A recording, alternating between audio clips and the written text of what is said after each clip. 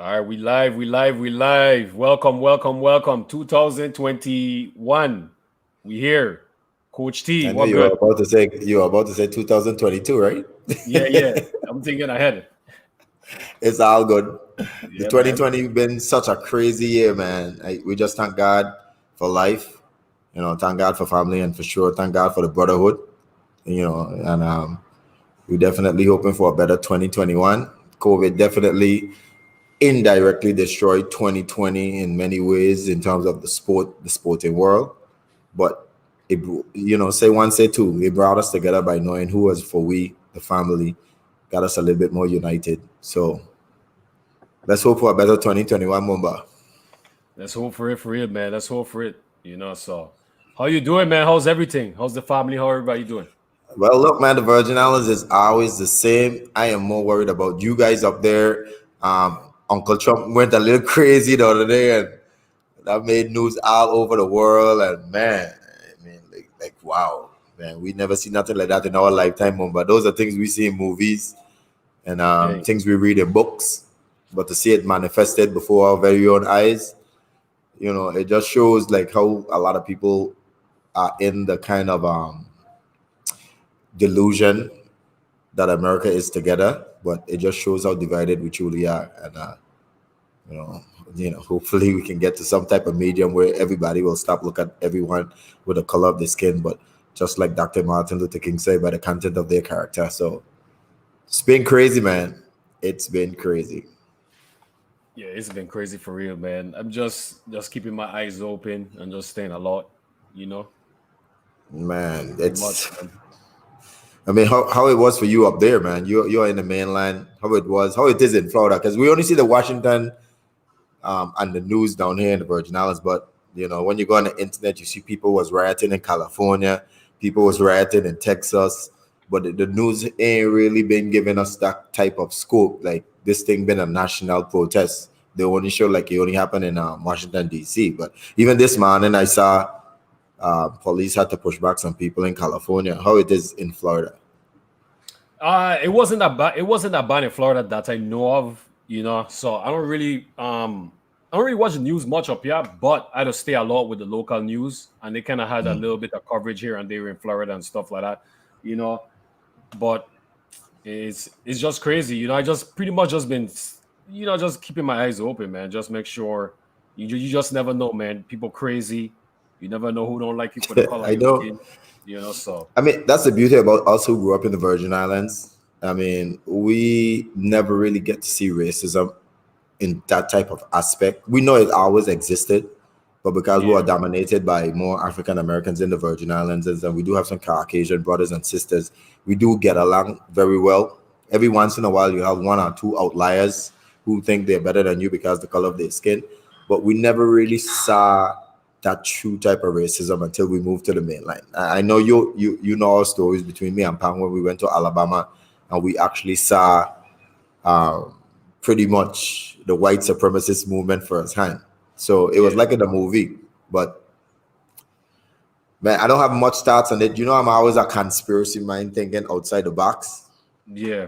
I Which just is good. meditating on it a little bit. I just would like to let a lot of African American know, a lot of Black people know. Just don't speak out of emotion much.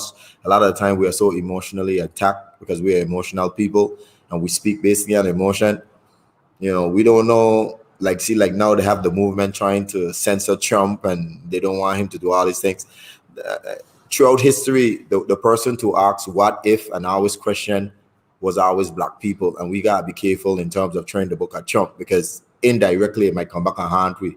Because we do have the Louis Farrakhan who asks the question, what if? We do have Malcolm X who asks the question, what if? We have the Tuskegee experiment. You know what I'm saying? We have the Bikini Island in terms of the atomic bomb. We always asking the question, what if? So when it comes to the things about misinformation, we have never been the people of misinformation. You know what I'm saying? It always Yeah, been our farmer slave masters, them who always lying to we. So now you see all this movement going around about shutting up misinformation. We gotta keep in mind spiritually, like in the last days, the Bible says it's gonna shut up the book, and eventually they're gonna come out and say the Bible is not real and the Bible is misinformation, and that's gonna take away your power to question. So we gotta be quite careful about how we pursue Trump, because remember, Trump is only one. Black people is really the true people who riot in this country. So we just gotta just don't talk too fast out the emotion about impeach Trump and throw you out and hang you and fire you, because remember, if they can do that to him, you better know they can do that to the Nation of Islam. They can do it to the next, person who stand up and who want to fight for black people. They can do it to any one of us. So we gotta be careful. It's funny you said that. What about the Bible not real? I heard somebody was talking about it and they was questioning the Bible, whatever the case may be. So it's funny you said that, because that's already been going around already. Two about Exactly. the censorship. Yeah, two about the censorship. I heard a lot of people bringing it up, and it's funny you said that, because somebody recently just said something. I want to say Kerry Hilson, and a lot of people is kind of attacking her, but she questioned if you could censor the president of the United States. Don't be surprised if they could start censoring you, and then they could Of control the course. narrative of what's true and what's not true, where you could start eliminating history and stuff like that. So it goes deeper, and everything you just said, I was just reading about it yesterday and today. So it's funny you said that. So Yeah. I mean, spiritual people think alike, Mumba. And yeah, I'm just telling black people, look, just don't get too hesitant to act. Because when we speak on emotions, we speak things that will internally come back and harm us. They only been one Trump. White people never really had an opportunity to ask the question, what if? They always had white privilege. yeah, So if you go on a strike down one of the greatest person in history in terms of the president of the United States, that means any black man who come out of the rut, out of the poor, who want to rise up like a Marcus Garvey, a Bob Marley, they can always use the same thing we're using against Trump. And we got to be careful. And that's all I'm saying. Don't let our emotions get us into it's trouble. true. Very true, man. Very true. Hey, man, that usually everything you just said is man, top notch. It's true. I'm with you 100%. I agree with everything you say. Everything you said, I've been thinking about it, and that's how I view it. It's just that you could articulate it better than me and get it out to the people better than me. But I agree with 100% you Because said, man. remember, we spiritual beings. We gotta understand this is a spiritual warfare. Yes, the world has think it's all about black and white, and obviously the person with a darker color skin has always been the one at the sharp end of the stick. But at the end of the day, this is all about a spiritual warfare, and the only way to usher in the so-called Lucifer, the light bearer, so to speak, I'm getting a little spiritual, is first you have to create chaos to invent order. That's on the Baphomet himself, order That's out it. of chaos. And That's who it right better to there. create the chaos than Trump? And now somebody else ushering the order. So we just That's gotta it. watch, we gotta pray, we gotta make sure we don't speak emotionally, because the same thing we accept in terms of judging somebody else, that same judgment gonna come back on we. And all I telling black people, we are the one, if you look throughout history, are always the one who are always asking why. Tuskegee experiment, why? You know what I'm saying? Racial injustice, why? Black Lives Matter, why? It's always been about us. You know what I'm saying? So we just gotta be careful. Fox, man. Fox. I'm glad. Well said, man. T. Well said. You need a you the busiest man in the world, but you need a radio show, brother. I tell you right now, you need a radio show, man. For real. I don't think too many people want to hear me real talk, Mumba, because I have always said, you know me all my life, Mumba, I have always said, do not watch what you see in front of your eyes, because what you see in front of your eyes is always an illusion to let somebody do something behind your back. So while everybody is focusing on this hand right here, the left hand is doing something else. So I always ask the question, okay, why are they doing this? Why is this happening? You watch them tape of Trump and all these things and all the riot. You know the policeman that was opening the gate to let these people walk in, taking selfie. This thing was so orchestrated. It looked like a movie. There Yeah. was no resistance. Didn't you see the video? They have a video of them watching the riot backstage with the TV monitors and stuff like that. I don't know if you've seen Exactly. that video, but yeah, it's all This thing so was planned. So yeah, now it we was can now get all emotional to say, oh, if that was black people did a big killing, 10,000 black men, and that don't make it justified. That just means 10,000 black men would have get killed, yeah, but it's that don't true. make it right. Don't So make it now right. we have to be intelligent enough now to call the bluff and say, you're trying to shut up what we fight for all along. You know what I'm saying? Bingo. So we just gotta be Bingo. smart. We gotta be very conscious and see what's going on and say, look, We understand why you're doing. Personally, I basically feel black people in general don't understand that we are actually the tiebreaker. Our Caucasian border right now is at war. You know what I'm saying? You have the blue and the red. And right now, the people who actually break the tie is actually black people. I think if we smart enough now, it's time for we to say, okay, you want we to be on your side. It's time for we to get better schools. It's time for you to take care of our community. It's time for we to get better jobs, high paying jobs. It's time for we to demand it. If we're going to be the tiebreaker, we got to get something out of it. Not just running and saying we for you because you talk good about me. Nah. Now it's time for we to rise. You know what I'm saying?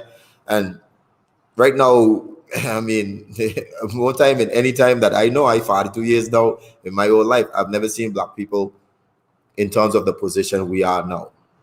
And if we ain't smart enough now to demand, we need to see change in our community. We need to see our streets them with all the violence clean up. We need to get the drugs them out of our community.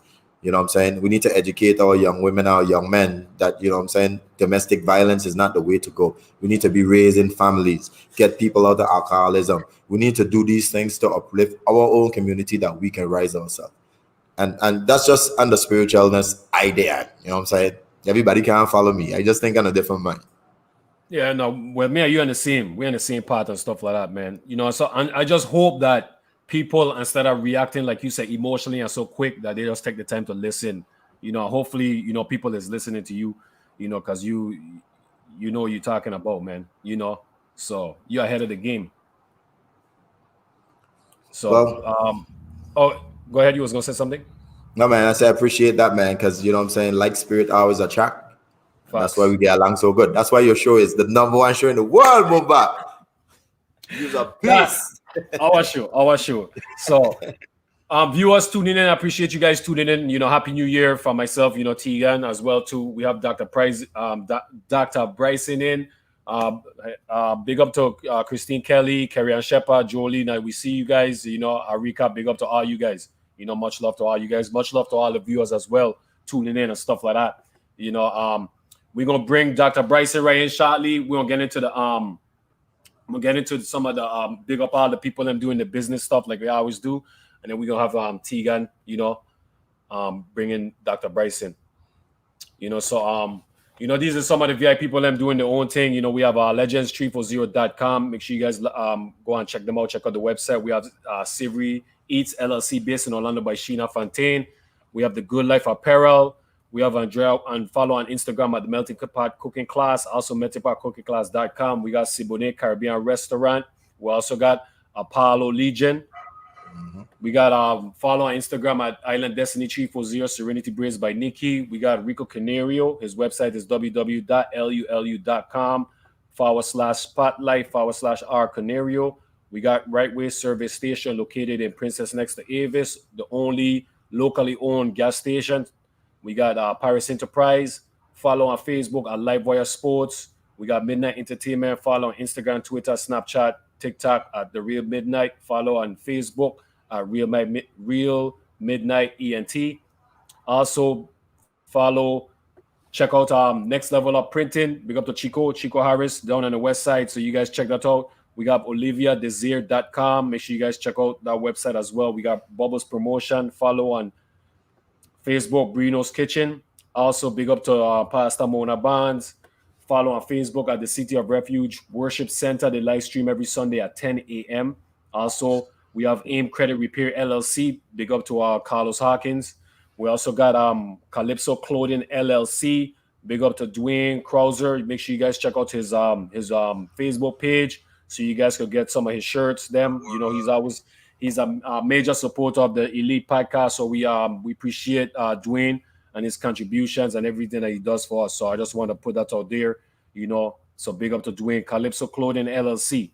Also, we got Hungry Hearts Hustle, and the website is www.hungryheartshustleapparel.com as well. Too big contribution to the Elite Podcast, as just like Calypso Clothing. They always sharing and acknowledging us and stuff like that. So I want to big them up as well, and big up all the viewers who actually do the same thing too. So big up to all you guys. Also, we got On the Edge Performance LLC. Also follow on Instagram at On The Edge Performance. Also YouTube and Facebook on The Edge Performance as well too. And we also got C Boogie Talks, and that's every Thursdays 9 p.m. Christopher Henry C Boogie Talks at night at Thursdays 9 p.m. So make sure you guys check him out as well too.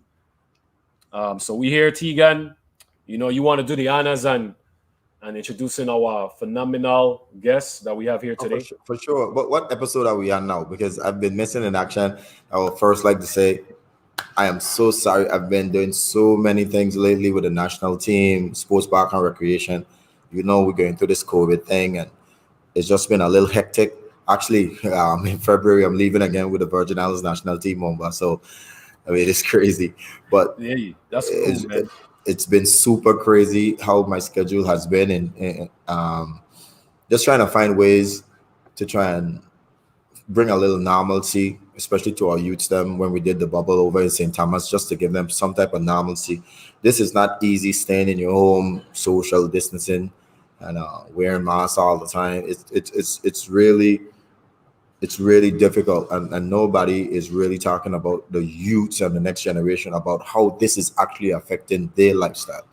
I mean, it everybody is so fear factor in terms of, okay, the virus is very serious and it's killing a lot of people. I understand it, and that's something to be concerned about. But we can't never forget that the next generation is a part of it also, and there's a psychological um, playing field inside of their mind that they are wondering, why us? Why is this is happening to us? Why this is happening to our generation? Why we can't play basketball on the court? Why we can't go out on the park and play? And in many ways, we're stripping them of their youthhood and just sticking them in front of a phone and a computer, and it's been very difficult. So I've just been doing a lot of things, just trying to break that kind of trend. Because at the end of the day, we know we grew up, we wanted to be outside. We gotta go outside and do some type of activity, just to, Okay. you can, whether you're a great player or not, you just wanted to be free.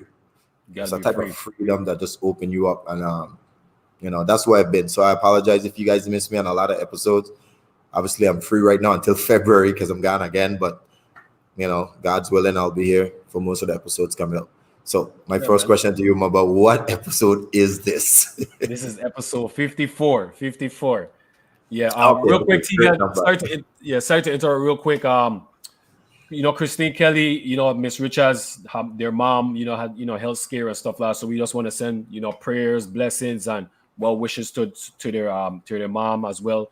Chanel, Wayne, and the whole family as well too. So definitely our hearts is with you guys, and hopefully your mom keeps going on the up and up. So our prayers and blessings and love to you guys, For sure, Christine definitely Kelly send a and Miss prayer up Richards. there. Yeah, definitely. Karima, big up, Karima. See you. So yeah. So go ahead. You good? Well, episode 54, this is very special to my heart. And I'm not just saying it because this is the first episode of the new year 2021, but I personally know this beautiful person that we're about to introduce right now. I mean, I met her in Elena when I got to Elena in seventh grade. I actually met her in eighth grade. I didn't know her in seventh grade, but she was actually my math count teacher. Super intelligent woman. She teach math counts. We went and destroyed some of those private schools in math counts when I was at Elena Christian. She was a basketball coach, a volleyball coach, and also she taught students to play many instruments. Then we were able to migrate to complex at the same time when the new school opened, and she actually was one instrumental in starting the fusion band. A lot of people don't even know that. Oh wow. uh Kevin Hendricks, I mean, she had Kevin under her wings even when we was at Elena Christian. What I love about Dr. Bryson, I have never met such an honest, strong African American woman like her. She is just honest. She's like totally in your face, no hiding, no skate tactics. I'm gonna look you in your eye. You're gonna hold your head up. You're gonna look me in the eye, and you're gonna tell me the truth. And she was always about that with me. She always gave it to me 100%, and I always respect her for that. And I just have a special um, connection with her in terms of respect. And I couldn't be even. This was just the perfect honor for me to introduce Dr. Valrica Bryson to the Elite Podcast episode 54. Welcome to the show. The Virgin Islands is very anxious to hear your story. I know most of your story, so I'm just going to be a student to the game and piggyback on Moba asking a million questions. Good evening. Happy New Year, everybody. Thank you for Yeah, happy New bringing me on. I've been watching your podcast on and off. Every time I get a chance, I try to sit down and watch your podcast to hear. I think you guys are doing something really great. I was telling Mumba before that I think it's so important that our children be able to learn about all of these athletes. There's so many athletes out there that are in the Virgin Islands that have done such amazing things that you guys have started a program that I think every teacher should get your podcast and look at every one of them and show their students from kindergarten to 12th grade. Because I'm like you were saying, Tegan, it's so important for our next generation and the generation after to get to meet some of these athletes and the things that they've done and the places they've been, the experiences they've had. You guys are doing a stupendous job with this. This is awesome. You know? Thank you. Yes. Thank That you. is Thank you. love. That is love. I appreciate Yeah. that. Love And it. it makes a difference because I remember Yes. even when I was in Elena Christian, they brought me Jay Cummins there. And now actually I had an Right. opportunity to actually interview him. And he didn't even know he came to Elena. And I was actually Yes. Right. a little suckling right there asking questions, you know. So it makes a difference. It really makes it empowers you as a Yeah. youth. It really does. Yes. That's true. Yes. And Tegan forgot to say that he was an outstanding athlete from the 7th grade. you know, he was an Yeah. outstanding athlete from the 7th grade. From the time he started to play basketball, your tati was born with a basketball in his hand. You have played soccer True. too, right? Yeah, that was my Look, first Tegan. sport I played. I didn't play 7th grade year. I played soccer the first year. And then Okay. 8th grade, I played with Peters. Bogus had to Right. kind of push me to the basketball way. It was never really about basketball for me. It was Right. soccer first. Soccer, right? I know. Yeah. 7th grade. Oh my God, when Tegan came, it was like, what? Where does little boy come from? Talk about run. Tegan run. Tegan had speed. I know because I tried to catch him a couple times in class,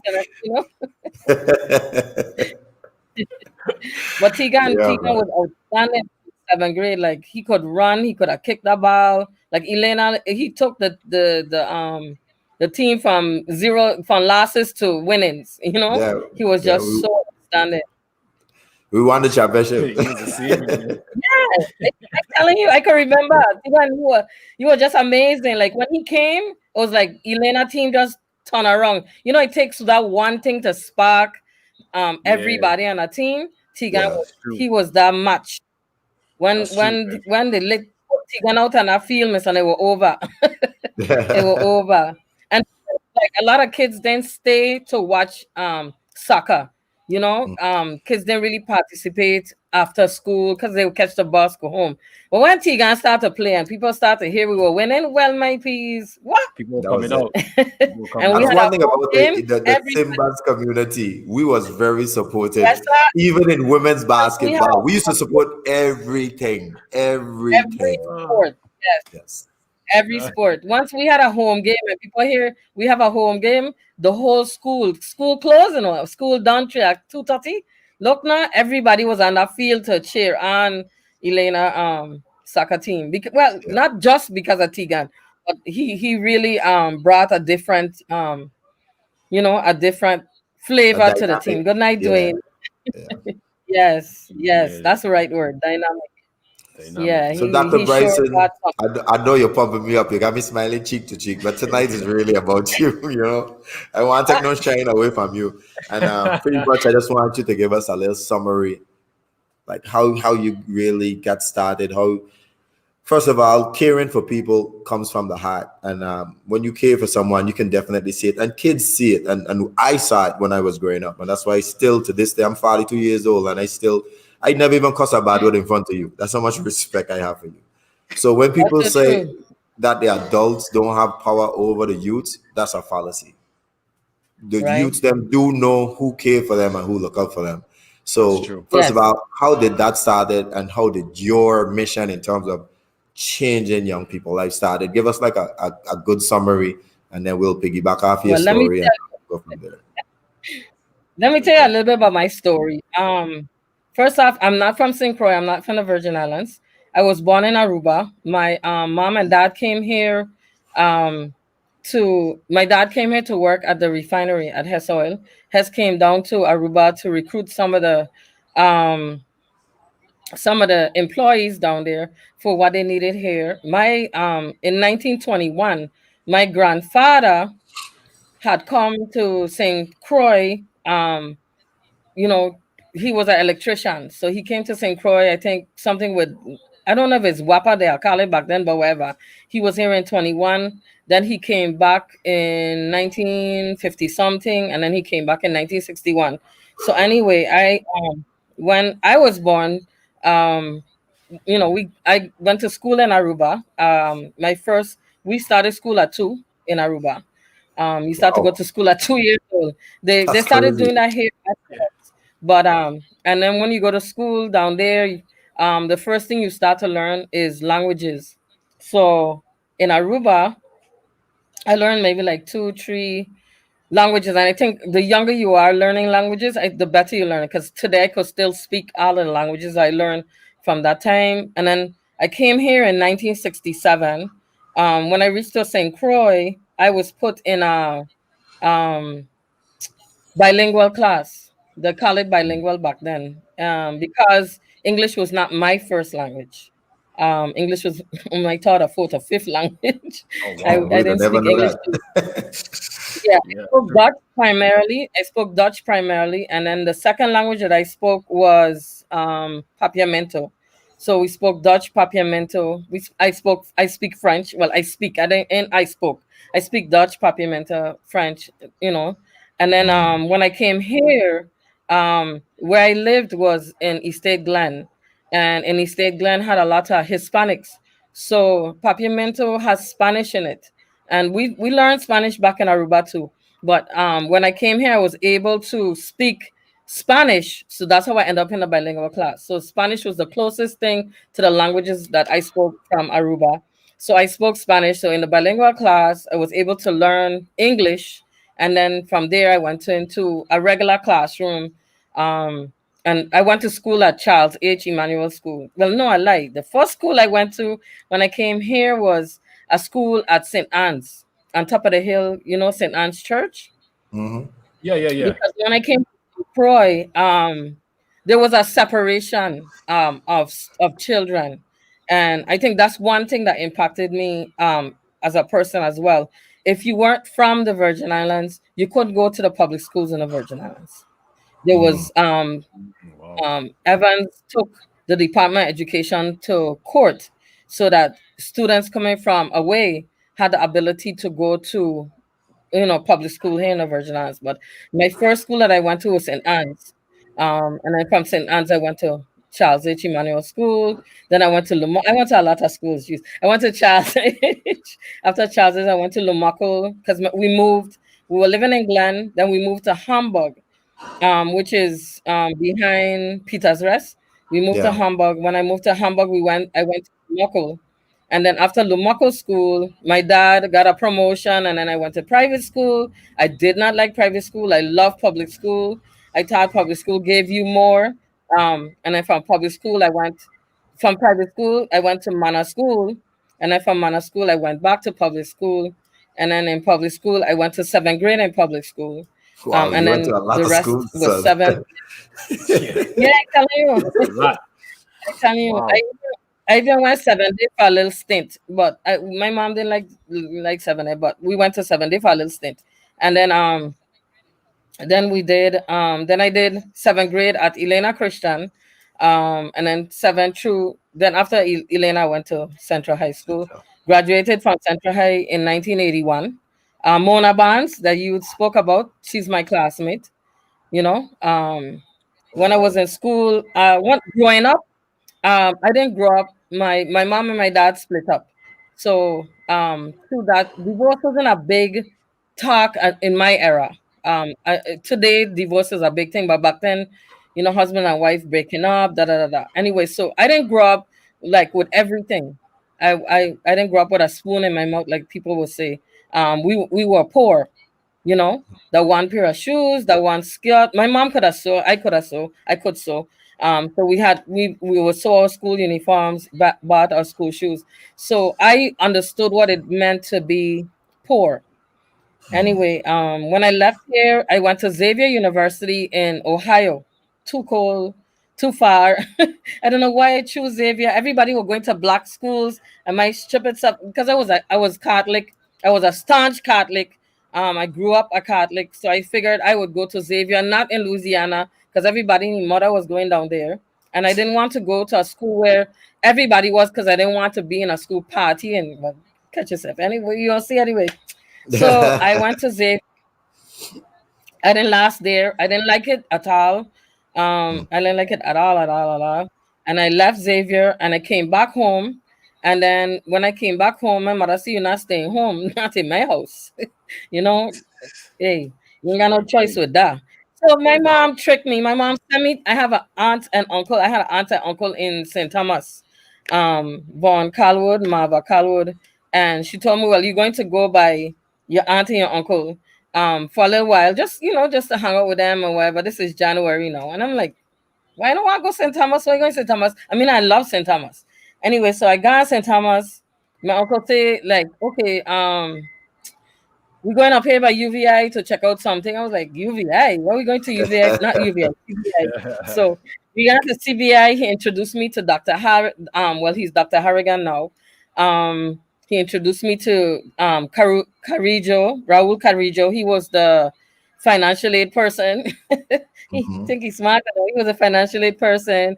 And then he introduced me to like the RAs and stuff like that. So I was like, "Wait, what this man bring me here for? I am not going back to school." You know what I'm saying? Anyway, he told me take my bags out of the car. I was like, "What?" The man tell me take all my bags out of the car. You staying wow, here? I was like, "No, ain't got nobody on campus." "Oh, That that's is great. You're crazy. gonna come on campus. that's crazy. You're gonna help them out." I already spoke to Dr. Harrigan. I guess him and Dr. Harrigan were good friends. And look, oh my God, that was the end of the story. I Wow, had no Wow. choice.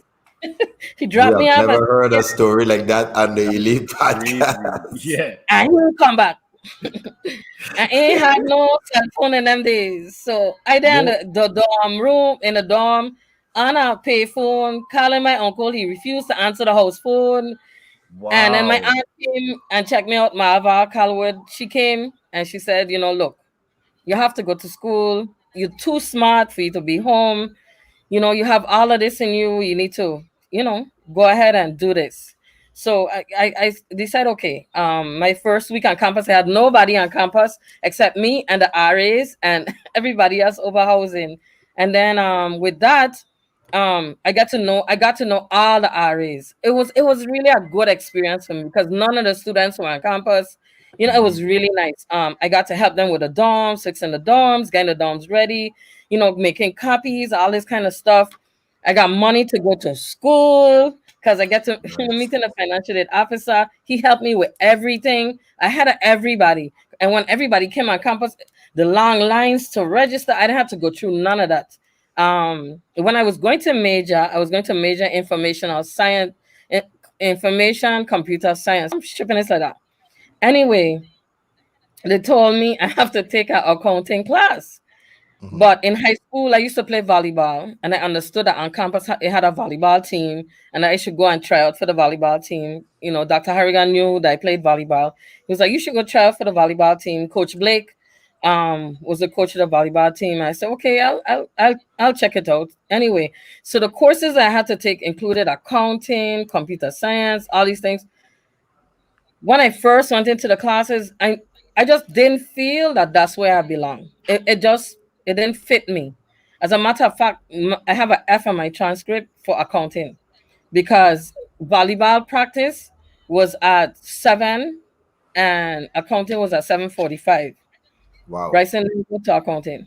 I went the first day and the last day. The first day to tell the professor, I'm gonna be playing volleyball. If I could come, to class a little, he said no. There's a time of class, blah blah blah. I said, "Well, okay." I Wow. didn't know nothing about going to class and not taking the class or just dropping the class. I wasn't paying attention Mm. to all of that. So I have an F on my transcript for that class So, for what did you accounting. eventually major in?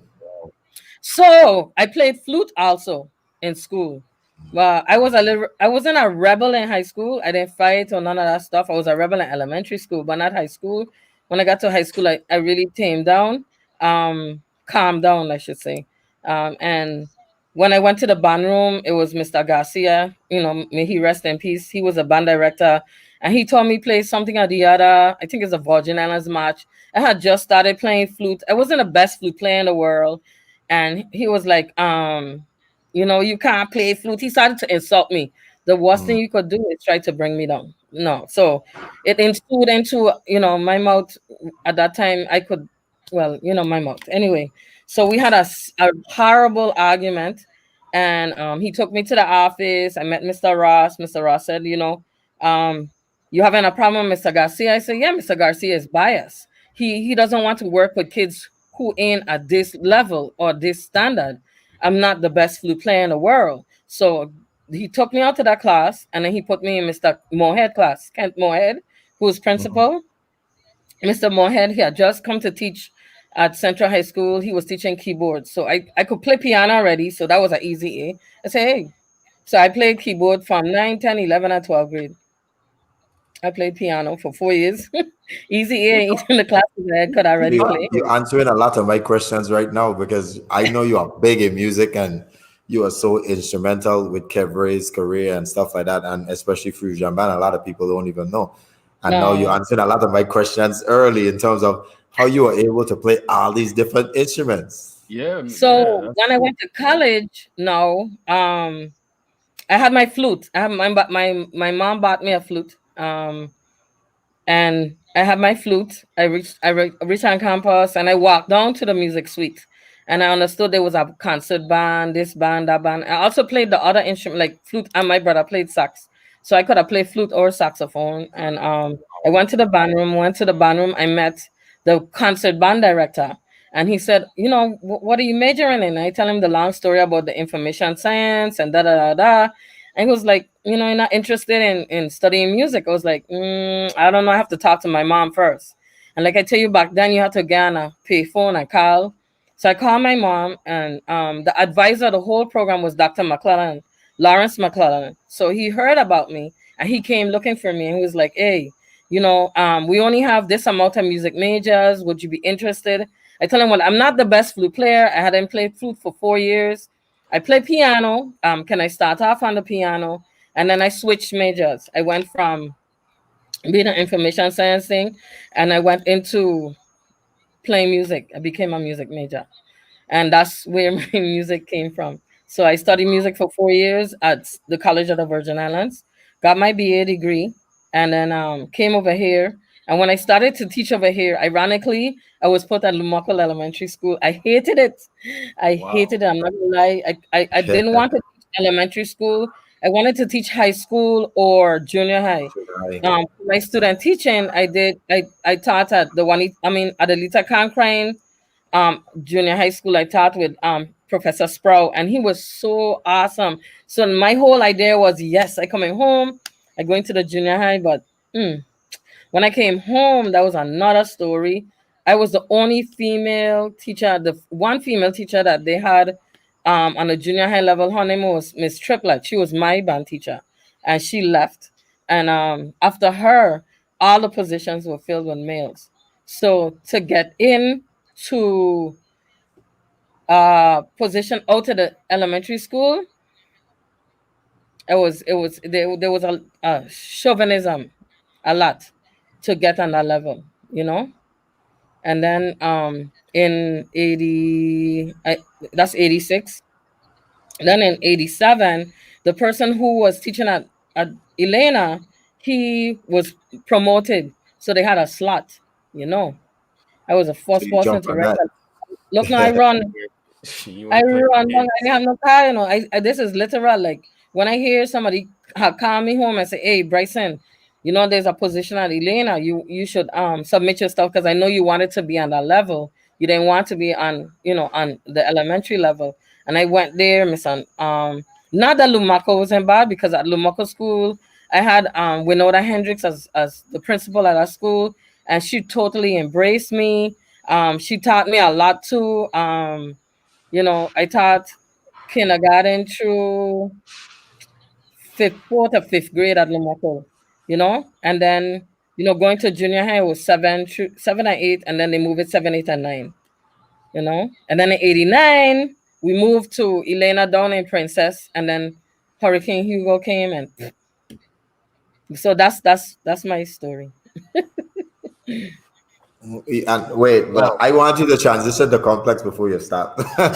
Oh, okay. So at so I was at Elena. When I was at Elena, I taught music. Um, I had an opportunity to teach a bilingual course along with Miss Gonzalez. She was a Spanish teacher. I had a chance to assist with help it train the math count students, like he tell you, not and then I also had the opportunity to coach. I David. I also had It's JV, a I've opportunity asked you. to coach JV Yeah. basketball. I coach the girls basketball team. I coach volleyball as well, and then um a little softball. But softball, I didn't stay with softball. They gave it to somebody else because you could have only coached two sports back then. And then after that, we were 7, 8, and 9th grade, and then they had finished building complex, and Mr. Vielle knew that he had applied to go to complex, and he knew he was moving to complex. And it's funny, I didn't want to go. I didn't want to leave. I was at Elena for 9 years when Mr. Vielle came to me and he said, "Hey, I'm going to complex. I want you to come to be the band teacher up there." I was like, I like it where I am. I was comfortable at Elena, Mhm. and I was really, really comfortable. And he said, I know you're gonna do big things. Come, man, let's go. Anyway, so I was like, no, no, no, no, no. He said, well, come on. One afternoon, he said, come, let's go see the school. Let's walk through the school. And then you tell me, no, you don't want to come if you don't want to come. Well, my gosh, my son. When I walked in the band room at Complex, dreams.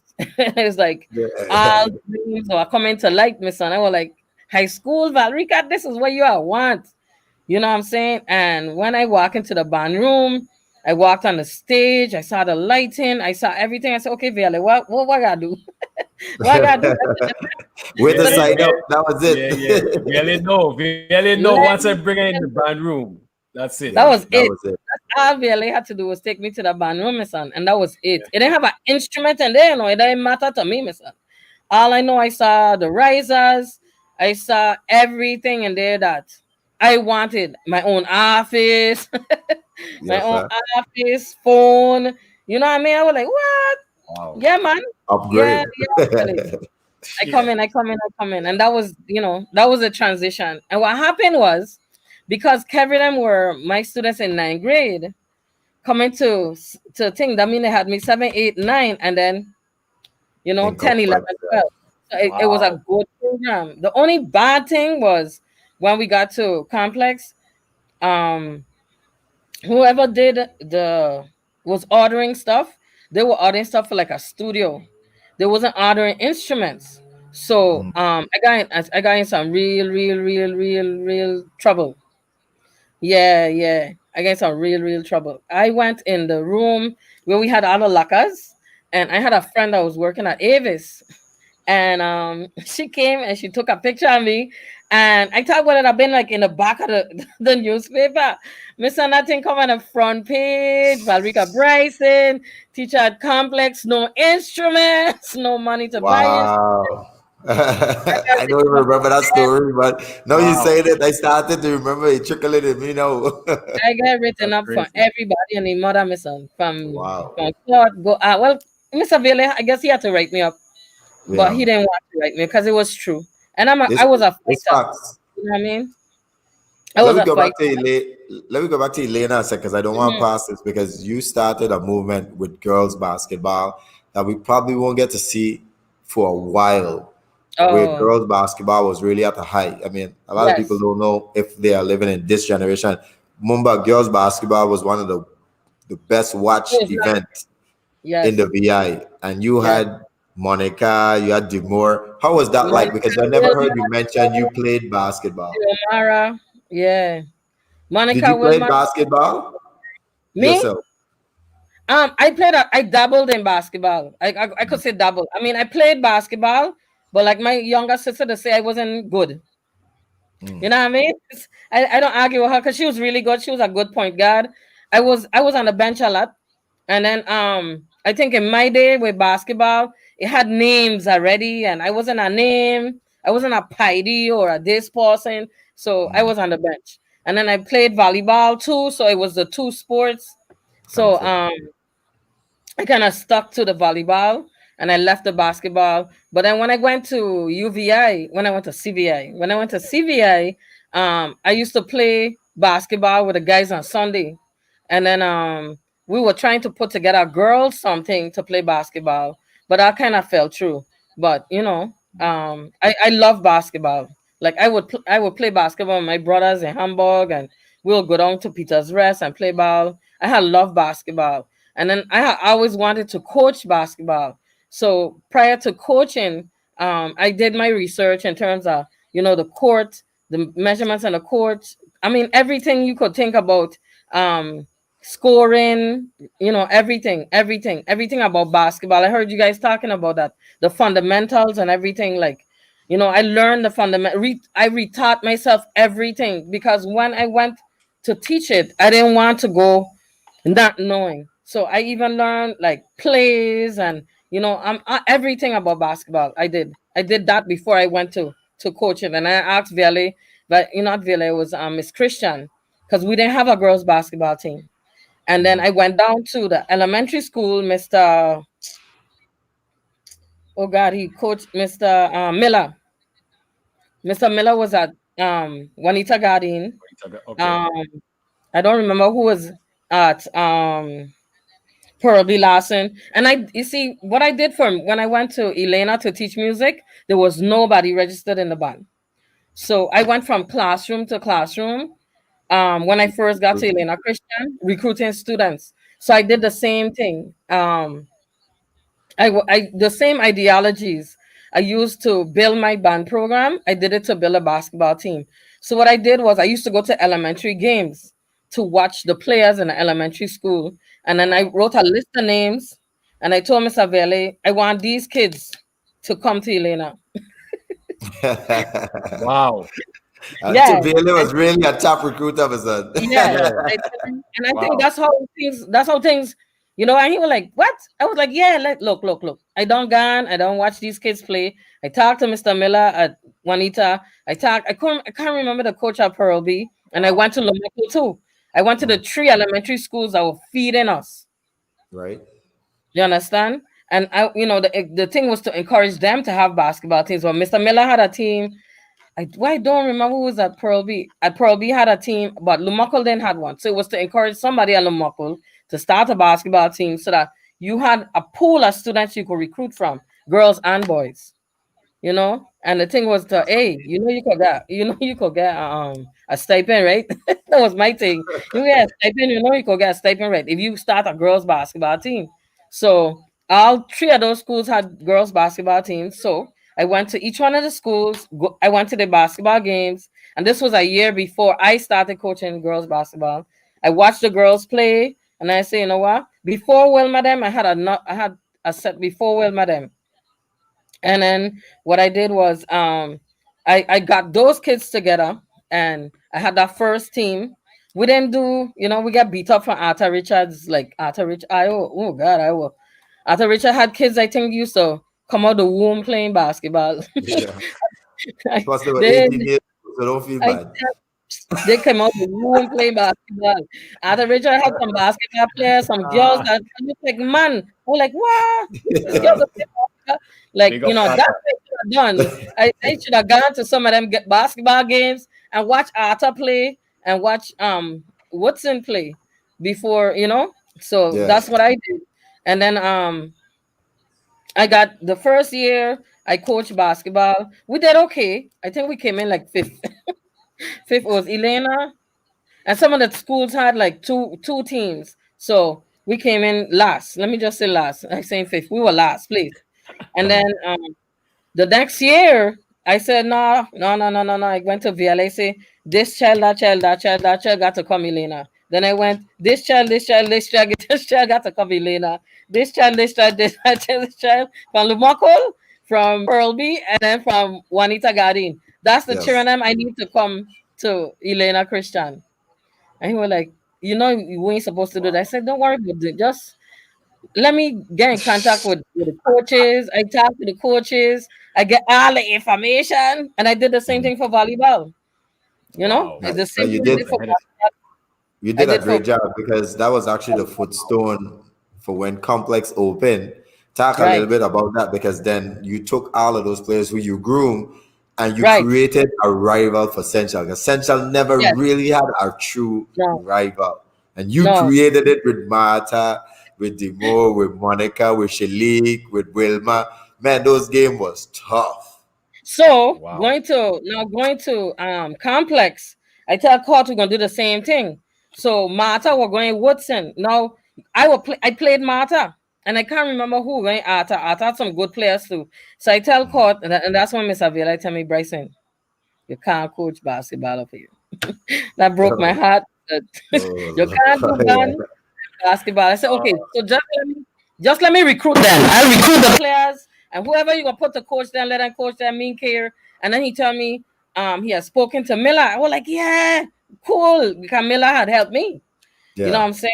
So I was Yeah. like, that's good. So, again, went and scout, telling Martha was at Woodson, this person was in this school, this person was at Elena. Let you bring all of them, brother. Because we're gonna have a mash-up team. We're gonna tear up the Virgin Islands. It wasn't Yes, just sir. in Central, We want to tear up the VI. And we did that. We Yes, did that. yes. Those Wow. were Yeah. That's days. amazing. Them That's days amazing. when women basketball was at the height of the height, man. Right.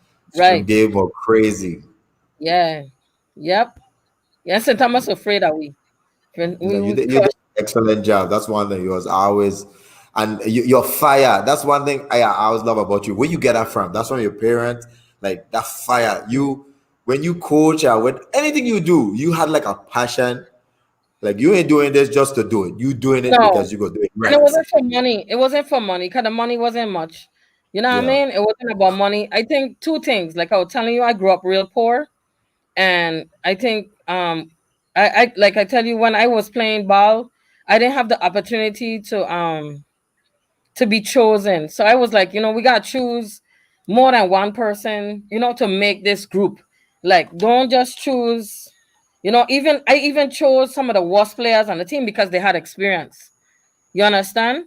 So at Elena, we had a varsity team and a JV team because those girls who came up from those schools, we put those on the varsity, and then we had a JV team as well. So I had a two girls basketball team, and those not so good players was on the JV team. Um, I think my passion came from college. Like I had a professor in college named Van Zen. He was my music professor. And he told me I'd like to give up too much. I was like, I don't give up. He's like, yeah, you didn't give up too quick. And he used to push me and push me. And then I had on the Mm. other hand, like I tell you about Eldridge Blake. He was a mentor, a father, he was everything, like everything to me, like, and he taught all of us on the team about not giving up and not, not not thinking that we can't get over the hill. You know what I'm Yeah. saying? Sometimes you give yourself this limit. And he used to say, no, no, no, no, no, no, no. And he had this passion for like this burning fire in him for volleyball. Like volleyball was everything. He eat, sleep, doodle volleyball. You know Wow. what I'm saying? And I think with the two of them, with those two people in my life, and my dad, like I said, had left, I didn't have a male figure. So they showed me they gave me that, they gave me that father figure that Mhm. that pushed me to do a lot of things and spark a different person in me. You know what I'm saying? And Wow. when I became a teacher, my thing was to help any and everybody because I knew what it meant to be poor and I know what it means to have a dollar in your hand. So True. I know the both. So I know I see today a lot of teachers, like they'll see kids in their class and they don't give that love. And sometimes the kids need that, that love and that care. And It's Yeah, you needed. know, that's true. and I know what I went through, going through high school. My father was abusive, he was an alcoholic. So I knew what it was to come from that. You understand? Mm, So I knew that when I became an educator, that's the one thing I know I had to have in my heart was love for wow, children. You can't that's teach big if you time. don't love children. You can't be in a classroom if you don't love children. Ain't That's about the right. money. And let me tell you, when I first started to teach, I was making $7,500. Wow. That was my salary for the year. That was my salary for the year. Wow. $7,500. And so teaching to me is more than just the classroom. It's more than that. And You I know. am living proof of that. I don't really want to take away a little bit, but I remember when I used to miss days and bad counts, used to call home with my parents because used to take all of our numbers, what going on with me. No, like she would literally call home to make sure to see what going on. And I think, what do you think happened to the new generation teachers that we don't go the extra mile to see a child succeed in this generation anymore? Because we had teachers who actually care. You had guys like Feli who used to leave his classroom to go and look for pan. You had a Mr. Bailey used to walk the hallway, running people to classes. You had people like who genuinely, literally care. Like what really happened? I think like I told you, when I started to teach, the money was in it because we wasn't making the money. I think that today, the teacher training too has a lot to do with it. Who I had, like when I started to teach, like Miss Aviale, Miss Garcia, we were young teachers that came in together, and we used to do a lot of things together. You should remember that, Tegan, and we used to really come together to do things. Like I wasn't a math teacher, but I was there to math counts. I wasn't a Yeah, science teacher, but I was there to science fair. I wasn't, what I mean? I didn't teach PE, but I was in a gym. So it wasn't about what you taught. It was about being involved. And yeah, I think today teachers come and it's a 9 to 5. Just like people in a 9 to 5 is a 9 to 5. They just come to work. I gonna teach you. If you got A, you got A. If you got B, you got B. I don't care. And that's, to me, I've seen that mentality of these younger teachers today. They don't have. It's very few that I've seen come in after me that have that passion for education and for children. You know. Mumbai, any questions from anyone? Because I have a very important question. I don't want to leave this one and then I can turn it over to you, Mumbai. I know No, no, you good, you my good. questions will be popping, Dr. Bryson. I got to ask them because I No, don't go want to ahead. let this Yeah, you one good. go unturned because you said you No, love volleyball. yeah. And after all, Yes. this is a sport show. So we definitely want you to give your insights. What about volleyball do you love? Did you ever coach complex volleyball? I don't remember you coaching it. I tell you, I And can't coach the man. Viale say you can't coach. Viale tell me I man, can't coach. I have to. I used to come to the games and sit down and say, Always at scream, the games. don't do That's this, true. don't do that. But yeah. coaching, outside of Elena, I didn't get to coach in the high school. I And I didn't get didn't to. personally know volleyball was so intense than basketball. I mean, Yes, especially women volleyball in the VI, yes, especially St. Croix, have some very strong yes, personalities. Let me tell That's you. true.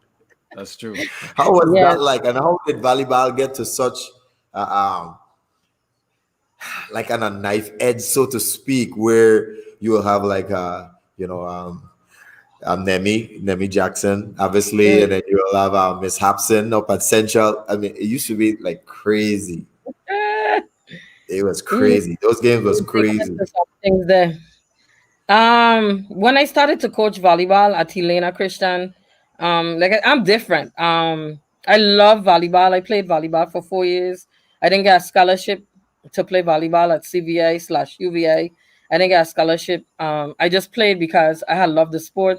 I had an awesome coach. Elridge Blake was just incredible. He was just a great coach. Um, so for me, volleyball was like endearing. You know what I'm saying? And I wanted to make sure that when I taught volleyball, that the students didn't just learn, and then that's the next thing with coaching today. The students didn't just learn the sport. It wasn't for me to make money. It wasn't for me to make money. It was for the kids to learn the fundamentals, because that's what coach used to stick in our head, stick in our head, stick in our head, stick in our head. The fundamentals, knowing how to bump, how to spike, how to serve, how to Important. pass. You know what I'm saying? And today I see it irks me. Like when I see these kids playing volleyball, and uh, it's just not the same. And even in sports, the interest to teach the kids how to dribble with your right hand and dribble with your left. The only person that I really see like Bow, Alaba, but others I see them out there and they coaching, and they don't have that. They ain't teaching the kids that. And I talking about the elementary. Like I tell you, I used to go to these elementary games to see these kids play. And today, when I see these kids playing basketball on an elementary level, I want to cry, because we're not teaching them the Yeah. fundamental. Ain't about putting money in your pocket, brothers and sisters. It's about really teaching our children, because tomorrow we don't know where our kids. You could have dismissed this child, and that child might end up being a Tim Duncan. You That's right. understand? So That's for right. me, like today with sports, that is not there. You have people like you said, Nemi, you have Miss Hobson, you have Miss Miranda, Desiree Miranda. They have a passion for it. But we really need to bring volleyball back. Like where volleyball was when I was in college. We used to travel to St. Croix to play against St. Croix All Stars. Pound them up, we used to mash them up, but you Same used time. to go to beat St. Croix All Stars. And when I was at CVA, when Oh, we okay. when I was at CVA, we used to travel over. That was our thing. And then we had the opportunity. We used to go to Santo Domingo. We went St. Martin. We went St. Kitts. Coach used to take us out of the region, because we were playing in the league in St. Thomas. But dine experience. That's playing, but I dine enough. And why I tell you, coach, like he taught me so much. Going away and playing somebody else. So you could get like 1 year we played in the league and we got our tail bust. I have posted up a picture on Facebook.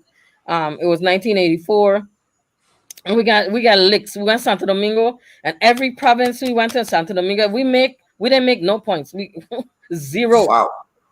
zilch. We That's get pound up. amazing.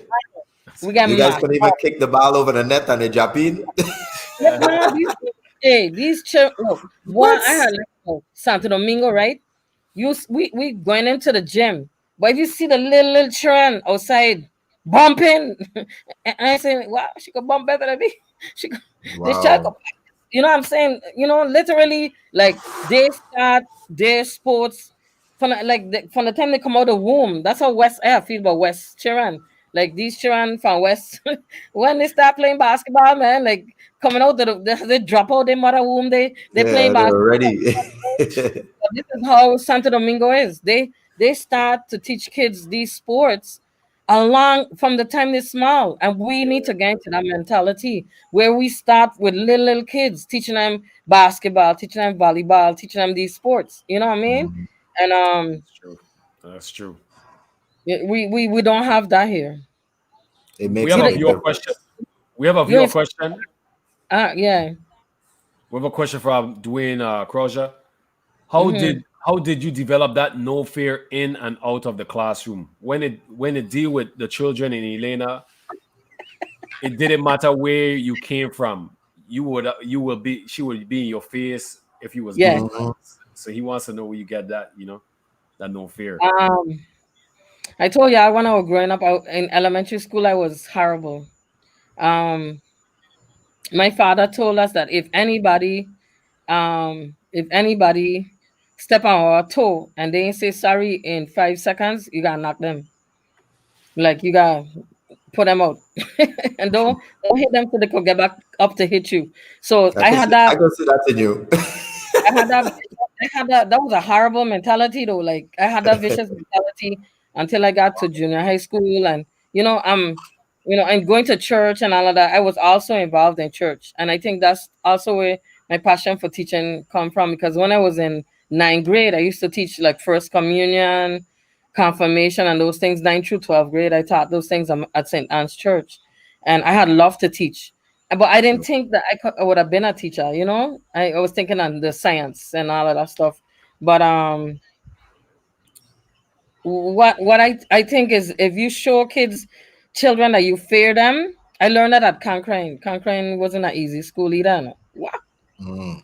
You can't show children fear. You have not that you are aggressor, but you have to draw the line in the sand and show them who the adult is and who the child That's is. right. I And agree. True. it didn't matter to me if you were in my class or not. If I came out my classroom and there was a fight going on, you bet your bottom dollar I'm gonna try to stop the fight. Um, the second thing is I always thought about us as black people beating up each other.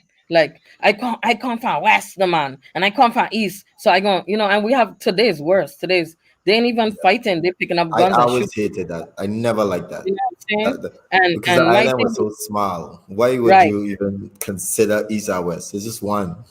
No, It's but at foolishness. Elena was we had kids from Kennedy fighting kids from San Farm and And kids from Harbor San View. Harbor View. And my thing is like I stupid. Like I Mm, stupid. I don't even make sense. What y'all fighting for? All y'all come from St. Croix. It matter where y'all come from in St. Croix. That don't matter. You know what I'm saying? yeah. When sometimes I would drag kids from those two that were fighting and put them in the classroom and put them to sit down in my classroom. Man, stop it, man. Like why you hit Shifa and why you hit she said this. I said, that's so immature. And it's because I kind of grew up in that, and I had to pull myself out of that.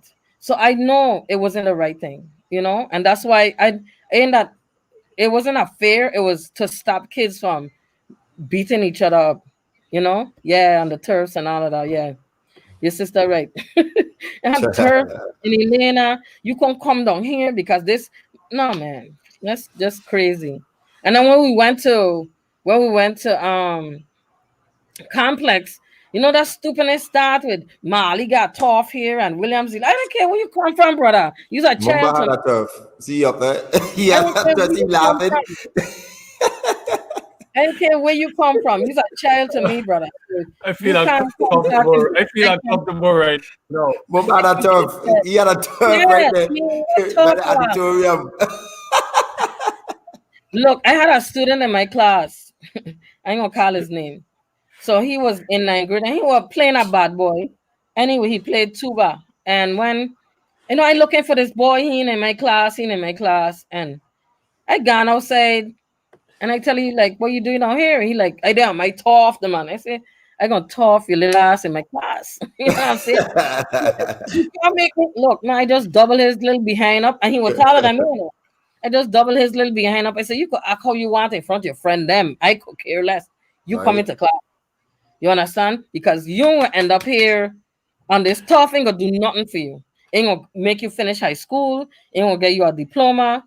You know what I'm Mhm. saying? And when you get into class, I tell everybody, you guys, when you hanging out with your friends, what does that do for you? Ain't doing nothing for you. Ain't gonna make you pass English, math, or science. Ain't doing nothing for you to be on that top. That top ain't gonna give you a diploma. But what gonna give you a diploma is going to class, and I'm gonna follow y'all to class. I'll come and check up on y'all to make sure y'all passing. Because if y'all gonna be in this program, the least y'all gonna get in this program is a C. Everybody ain't gotta be smart enough. Everybody gotta make a A. But I know the least y'all gonna make is all C's on y'all report card. Just that You know sure. what I'm saying? Yeah, so I did When you that. look back, when you look back and you see how many lives you influence, including mine. So I just want to put that out there. You ever sit back and said, man, because normally when you're in the fight itself, you don't really think how many people you affect. But No. now that you sit back and you're like, man, okay, Tegan became a professional. Martha went to University of Miami. She did very well, and Timor now is in the army. You look back and said, man, I'm very proud of my contribution. You ever sit back and see, because we're only talking about sports, but you also have another part of you that you transition to in terms of going back to our cultural way. You were teaching people Makajumbi and stuff like that. You were doing such a great job doing. I mean, you have so much hats. People don't even know your quality and your No, they contribution ain't. to the Virgin Islands. No, That's they true. know. That's true. And it's You know, funny, I was talking to one of my former students today, and he told me that somebody referred to me as a roach. But that's a I what? tell him a roach. What do you mean by that? Like they, what? A they roach. mad? A nobody. Like, No, sir. you think this person is all of that, and that person is a roach, but what that person they know is before they even come into education, the amount of things, and ain't about bragging, like Tegan, I glad I bring me on the show and everything, but ain't about bragging, because what I didn't do it because I wanted somebody to come back and say, hey, Bryson is all. No, it wasn't about that. It No, was who I was, it's who I That's am. right. yeah, it's about You And I said understand? with everything. my two You eyes. cannot So I you can cannot fake testify that. to your work and what I have seen. And I ain't biased no way. I have seen Mhm. you even to present day to Kanigata all 5, 6 o'clock teaching kids how to walk a Makajumbi.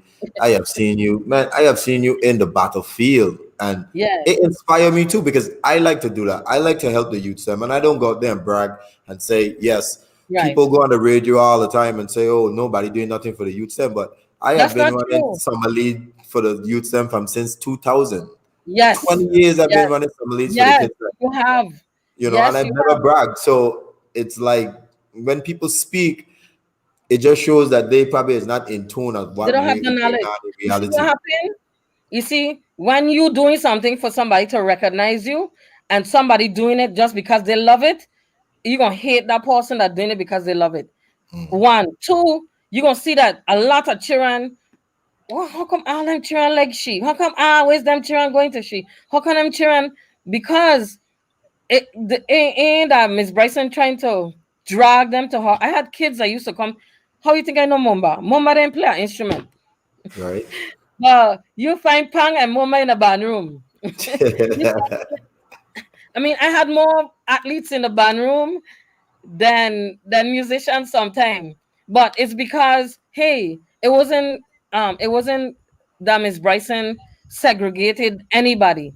Nobody could tell you. I tell her, anybody, you couldn't come into the band room. You could come in, just sit down on the side and chill while I teaching, or while you want to come in, you have a problem, you need to talk. Again, when I was growing up, I didn't have it. And I wish I had somebody I could have talked to. I could have tell them my problems. You know what I'm saying? That I could Right. have confided in. You know what I mean? I didn't have that. So I knew that when I became an educator, I wanted my door to always be open to everybody. I want my heart to be open to everybody. I'm gonna give you 1, 2, 3, 4, 5, 6, 7, 8, 9, 10 chances because I think people could change. I just have the thing in me that I think everybody could change. But you have to pull your hand out. You gotta pull your hand out and pull I agree. people up. You gotta look back and pull people up. You talk about Kevry, Sasha. I mean, you gotta keep pulling back. You can't think that I am the top now and I all of this. No, use nobody if you don't bring nobody with you. That's That's how right. I feel. If you don't bring somebody along, then use nobody. If you don't push somebody ahead of you, use nobody. If you ain't make sure that who you know do better than you, use nobody. Because that's what's supposed to happen. You understand? If you Yeah. become an educator, whoever you had in your classroom, you're supposed to influence so much that when they come out of the classroom, they want to be better than you. They want to be bigger than you. And that's always how I feel about anything. Even teaching at the university. I don't care, you know. Um, you were asking me about the amount of children and impact. Just the other day, a former student of mine tell me he called me from Atlanta and he's selling apparel. I gotta buy some stuff I'm doing. I ain't rich doing, but I'm gonna come to you and get your 340 stuff. And I bought a lot of stuff from him. And again, not because I wanted to support him and his Yes. endeavor to do bigger, to do better. You understand? And if we don't do that with each other, you started off the program talking about what Trump did, and a lot of people don't realize, this a game, this a circle to close Mhm. that door on this color. That's It's right. true. It's true. Y'all talking about shutting down Trump? You see how they shut down everything for him? They could do it for Exactly. us. Yep. And that's why I say people need to stop speaking out of emotions and start seeing with their spiritual eyes. because they only twice as want Trump. They never need to riot and protest for nothing. It's no. always been us asking the question, Yes, why? What if? yes. And if they shut down why and what if, then is we gonna be the one hurt? Because we always be the Oh, one shot under the stick. True. exactly, It's very true. exactly. Very, very true. What's your take on that? Give us your take of everything that happened. Because I always like to hear other, everybody don't think the same. The whole issue that happened. What's your take on it? It was a setup. It was a setup. I'm a military person, and I'm a military person, and when I see in 2007, let me start from then. So in 2006, 2007, I was state teacher of the year. So when I was state teacher of the year, I had the opportunity to go to the White House, to go to Congress, to go all over the whole of DC. We was in DC for a week. And let me tell you, there was something going on in that time. I can't remember what it was. Something was going on. And when we went to the Congress, the Capitol, we went to the Capitol. We could only walk with a bag with two IDs in the bag. We couldn't go in the house with anything outside, even our cell phones. We had to leave them in a basket. So when I saw that happen on Wednesday, I said, "Wait a minute, this is something that was set up prior. This is something that just Exactly. happened. This is Your, something that they did your to senses put went off. You could don't see something here, right? right." Yeah. One, two. Last summer, we had the Black Lives Matter march. They had National Guard in riot gear. Again, a military Exactly. person. I'm a military Yep. person. If you have any intelligence, and let me tell you, we were teachers, This is teachers. What could we have done? Anybody in Congress? We That's ain't right. walk. This is 50 True. states, 50 teachers from the states, 50 states, and from all the territories. What could we have done? What could we have walked with to come into Congress to do any one of them congresspersons anything? But we got searched. We got searched from head to toe. You understand me? Head to toe search. So you telling me they knew this was coming. For 2 months now, the president been singing this song. Again, this is my National Guard half of me. He been singing this song for 2 months. He been singing this song. It is no way whoever is at the Pentagon wasn't aware that this was going to happen. Come to find out, what did intelligence tell you? The Pentagon asked them if they could bring people. What they say? No, they ain't want no extra help. Somebody inside of that house, them two that resign, they need to be put in jail. Yeah. They set this whole thing up. I agree. I This don't was see a this one setup. set up. Yeah, I don't hit my spirit like this thing ain't right. And people just talking on emotion, but people need to just sit back and just watch it for their I'm eyes telling and you, meditate. They set nobody this thing can just up to walk shut down into a the bigger thing. Congress. You can't just walk in. That black girl that was driving and she wasn't feeling well and she was having a panic moment. When she hit on the guardrails of the Congress, they shoot her. Hmm. They shoot That's her. Baby was in the back seat. They didn't think Hmm. twice about shooting her. I They remember that. shot her 16 times. They shot her. She had 16 bullets in her, honey. So yeah. you telling me you knew that these people were coming and you weren't prepared? You had a couple of guards. No one. If you know that crowd coming, you're gonna have your nightstick. You understand what I'm saying? You're gonna have pepper. You're gonna have pepper, some Your spray. barricade, National Guard. I mean, the You're gonna president have That went to place a is always church. secure. That Yeah, place I is mean, always so, secured though. It's like even if they don't so know somebody coming, it's so secured. Like no random person can just walk up and just no, you it's can't. impossible. So, You can't. that's why it's like if like like Tiga keeps saying, if people just sit back and don't react so quick, it's like if you just use your common sense and realize like, look, it's impossible. Is it after This nine is something. eleven? Those after 9/11, no, you can't play around in those areas. You cannot. no, Look You now. no, cannot. You cannot. So no. Let me tell you, this And was they use censorship. this. This, Go this ahead, whole Dr. Chris. censorship. This whole censorship is to tell you as an individual. If you think it happened to the president, what make you think it can happen to you? Tigan, Exactly. That's what yeah. we if telling it every happened to the black person president, out here. They're saying they what? right to do it, it's a right. Believe me, the word is a two-edged sword. Oh, WRD. SWORD. They flip same Censorship. ways. And This the is same way they censorship. do that to he, they will do it to us. And we are always the one asking the question, why? Exactly Why we why. can't get better pay? Why we can't Right. get better jobs? Why you Right. doing this?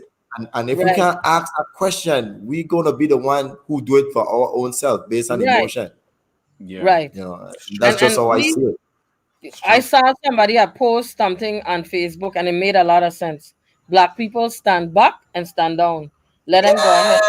It's Yes, true. Black It's people, it's true. a simple my black one. Let people, them man decide it let and me let tell we you, say, Yes. you need DC, we. DC is all black. Washington, DC is all black. Mhm. All black. If you ever lived in DC, ain't got no bunch because they living in Virginia, they coming from Maryland. They don't live in DC. They don't live Mhm. near Howard.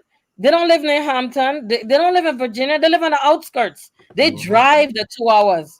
They drive the 2 hours to come to work. So Yep. you Yep. know, this was a setup. It The was a DC police. We, I told you we were in DC for a week. The DC police, when you cross in the road, make sure you on don't cross the road wrong, you know. Don't Yeah. cross the middle of the highway, you know. If you don't yeah. get shoot, you don't get shot. I'm One telling out you, of it's It's true. I've been Real there real as quick. well. Let me jump in real Crazy. quick too. Let me jump in real quick. I just want to add this that they've been saying in the news. I don't know if you guys seen it, but all of this was orchestrated over this yeah, this app. They have an app. I forget what it's called. It begins with a yeah, P. I'm not sure, Yeah. but they said that's how everything. That's how they organize the whole stuff.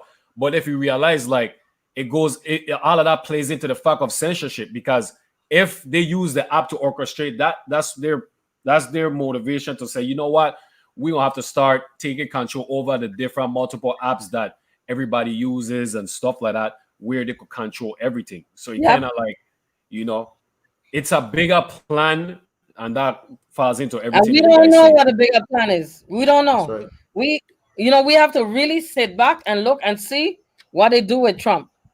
When I Yes. read all those Snapchat, Twitter, this, that, how come 4 years ago when he started to verbiage this kind of hate and this They kind of didn't thing, why censor didn't him. censor him They censor him. 4 years He was ago? worse. He was This worse. man, this man platform, excuse me, this man platform is start today. This man been talking this and pointing it on thing for years, Yeah. and they Yes. censor him because our insurrection is a joke, brother. He It's been a he joke. been fueling this fire and fanning this fire for 4 years, and Twitter, Facebook, nobody stop him now. Now, why? Yeah, Why now? I agree. I think we just have to sit back and spiritually meditate and think because we can Yeah, get hurt from this. We, the let's black sit back people. and look at what the plan is because I got a Yes, plan behind this. of course. There's a plan behind all of this. It's true. And we as a people has always been the revolutionists in terms of Yes, being in America. yes, White always had white privilege, our Caucasian brothers and sisters. They yeah, never need to do yeah. this. So No, if they can censor them, you better believe, like I what was gonna telling happen to Mumba you? earlier, Louis Farrakhan and all them guys, them man gone down. Yes. They gone down. Oh, Yeah, they They can't. gone They down. can. It's gonna be hard for them to spread the word and educate the people and the yeah, stuff. You know, Gone down. yeah. that's the thing. But the Bible already Yeah, said if we spiritual beings in the last days, they're gonna shut up the book. So Yes, this to me spiritually is a pathway for them to yes, call the Bible disinformation. And that's yes. yeah, very dangerous. But very. then, it's important that we know the Christ is within us. Yeah. Yep. That's it's very important that Christ is within us. It's What true. made me join the National Guard? Yeah. No, I agree. I agree. I mean, and Christ is that's one of within. the requirements he told us from day one. Make sure you write the words within your heart. Because in the Yes, days when you will take away the word and burn it, and it will no yes, longer be legal, you will have that written right. inside your heart. You have to have it within you. It Yeah, That's has right. to be within you. That book don't mean nothing today. It has to be within you. You have to know it. that's You true. have to know it. You And I This is know? just a feel question. Yeah, spiritually it's manifesting right before our eyes. I just feel it. Yes. no, A it's bigger true. picture right now. True. Everything. Everything. It's true. This is a question Dwayne is asking. What made you join the local National Guard if you did? So I joined the National Guard in 1990. In 1989 we had Hurricane Hugo, and again, let me tell you why I joined the Guards. When I joined the Guards, I saw that we had our local National Guard, but they bring in people from the states. That man that be on the radio that everybody so called like went on a ham radio and tell the states that black people were killing each other and white people were in danger, the Caucasians were da da da. Perfect lie. Why? I have a machete in my hand because I cut in bush. My Wow. yard black in. So I got a machete in my hand because I can't cut Mm, the bush for me to get out of my yard. Yeah. Hurricane Hugo was horrible. So if you see me with a machete in my hand, ain't to kill you, white man. It's because I needed to cut the bush and stuff in my yard. So when he did that, and he made it seem like we, the blacks here, were animals. Like we were killing all the whites. We were getting Talk rid about of talk about that. disinformation. You see now they're coming up with all this crap about disinformation. Who have I ever was disinformed the whole so world? I was so upset yeah. because he gave the wrong image of the Virgin Island, St. Croix, not the Virgin Island. He gave the wrong image of St. Croix people. And yes, they were looting. I ain't gonna lie about that. I mean, the looting was ridiculous. That was ridiculous. I gonna agree with him with that. That was. I mean, we they destroy stuff. The man from Plaza were on top of the roof with gun. Nobody was going into Plaza. Pueblo get mashed. You know what I mean? I mean, it did have the bad side to it. Some people did take advantage. I could say that. 'Cause Christianstead was totally destroyed. You understand? But Yeah. on the other hand, when they brought in all those troops here to to um to quell us, quell me, homeboy, this my house. You don't know Saint Croix? How you coming here to quell me? When I have this machete is for me to chop down these bushes and these branches. You know what I'm saying? Well, you could come here in my house to tell me I can't come out my door. I have to be this and this. No, brother. That bothered me. One, two. Um, I saw what the guys were doing in the National Guard. I saw them bringing food to us. The service, the care, and I said, wow, I want to be a part of that. Mm, If there's ever other hurricane in the Virgin Islands, I want to be a part of that. I want to be the person on the end that's taking care of other people. you know.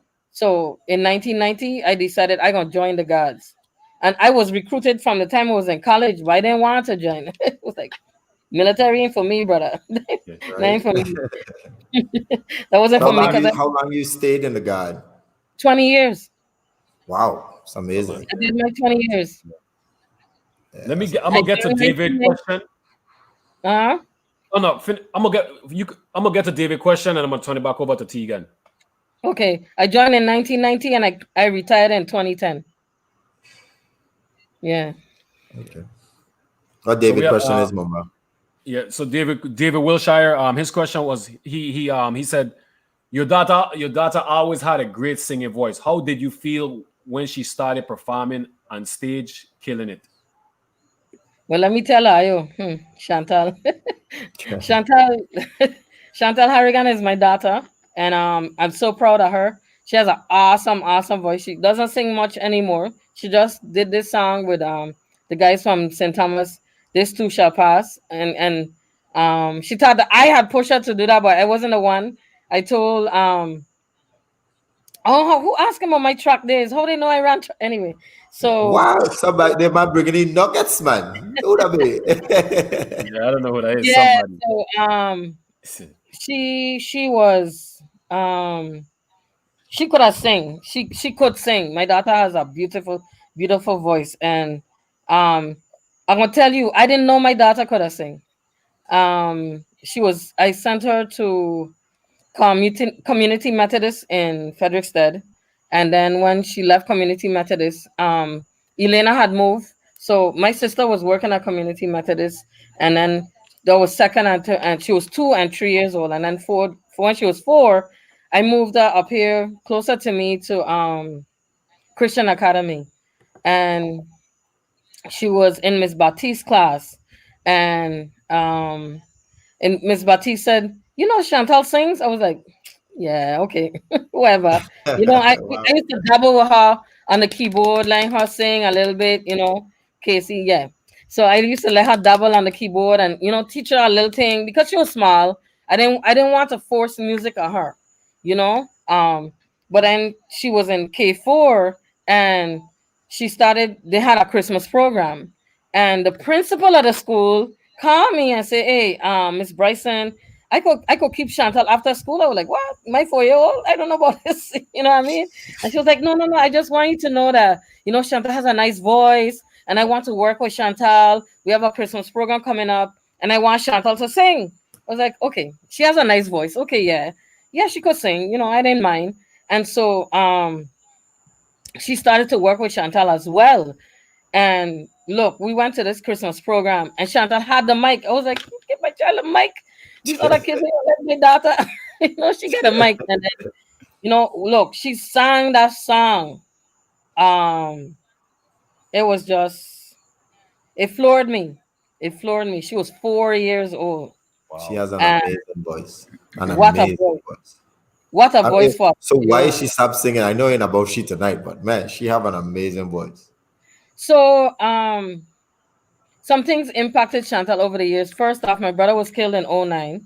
He was murdered in '09, and that really was an impact on Chantal.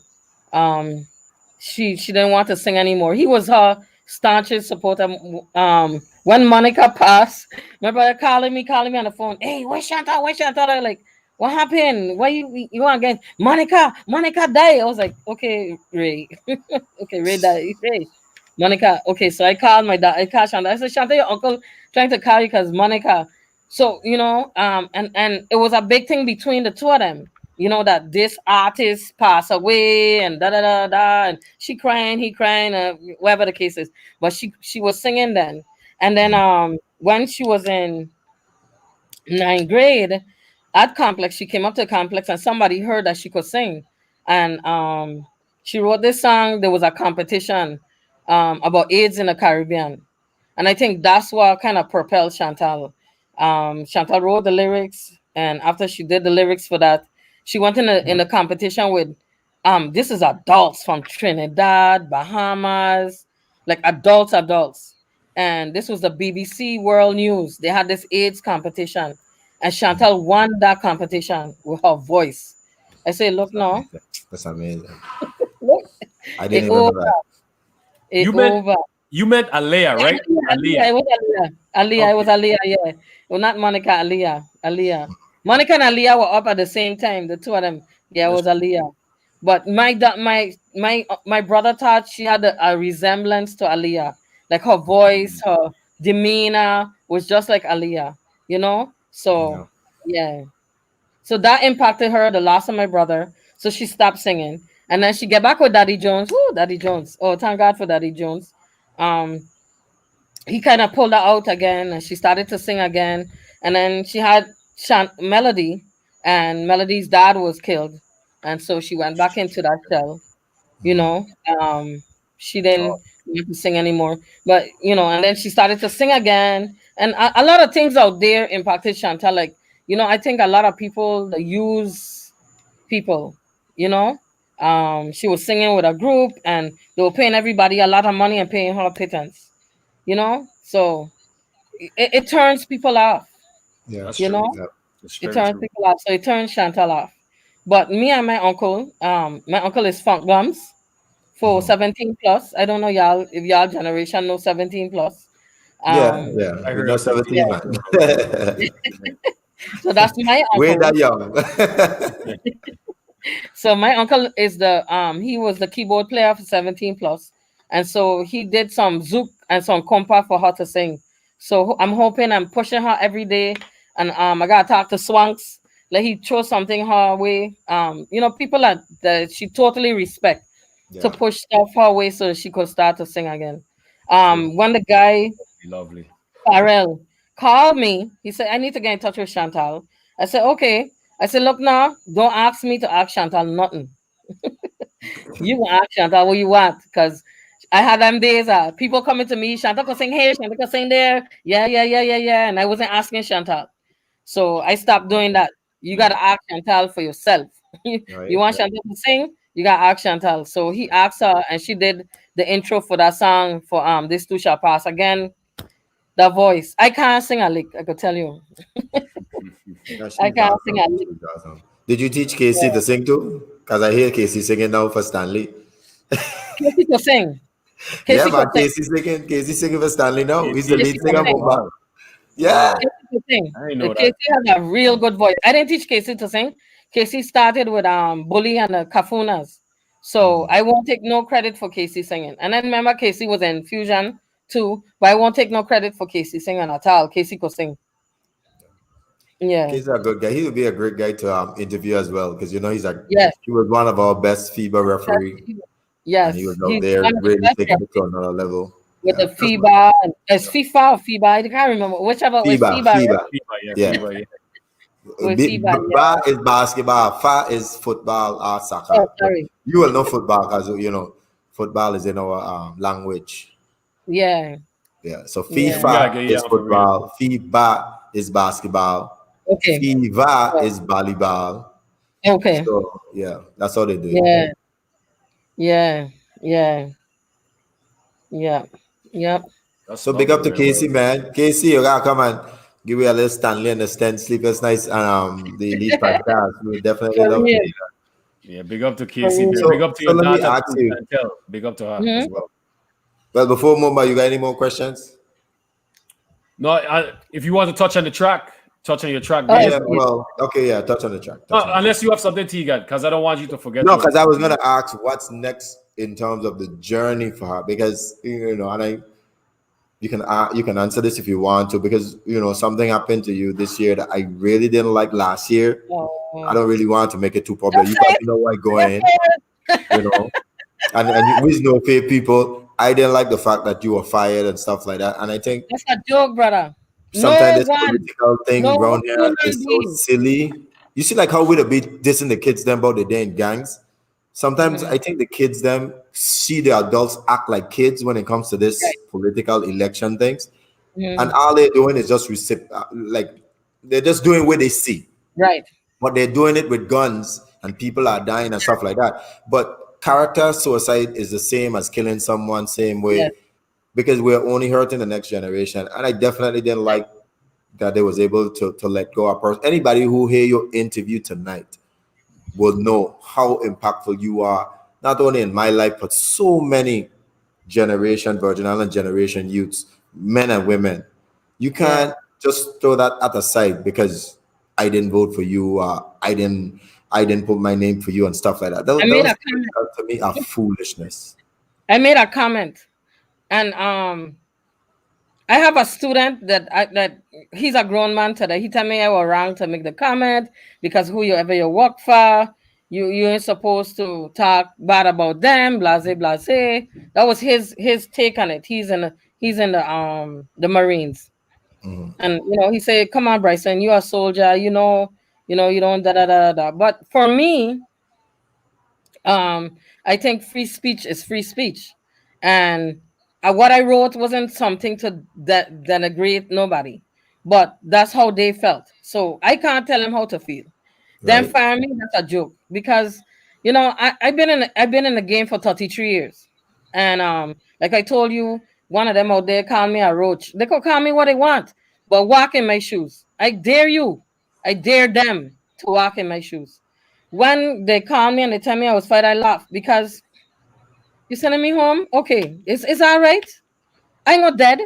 I live in God. I live in Christ. You don't control me. This is all God's doing. No man. You just a vessel. You're just a vessel. You're just a carrier. So you just doing what God wanted me to go home. I'm gonna tell you 1 month before I got fired. I told one of my employees I'm gonna be fired. I told my employees I'm gonna be fired. And he was like, no, Miss Bryson, no, no, no. Yeah, I know. I know it will come in. Because nobody controls nobody. God is who controls all of us. Nobody don't control nobody life. Nobody. I totally agree, but I'm more now on the spiritual aspect where you say the youths are the next generation and nobody doing nothing for the youths. But when you have someone who is embedded, like you say, 33 years of your life, Mhm. changing, molding, pumping out successful people after people, and your evidence are there, and you have You have years of background proving it. And if they ask for how many people you have influenced, you will have the whole of St. Croix coming and match by your side. How can now you can throw Like, all that away because it's you are funny, not on my Tian. side?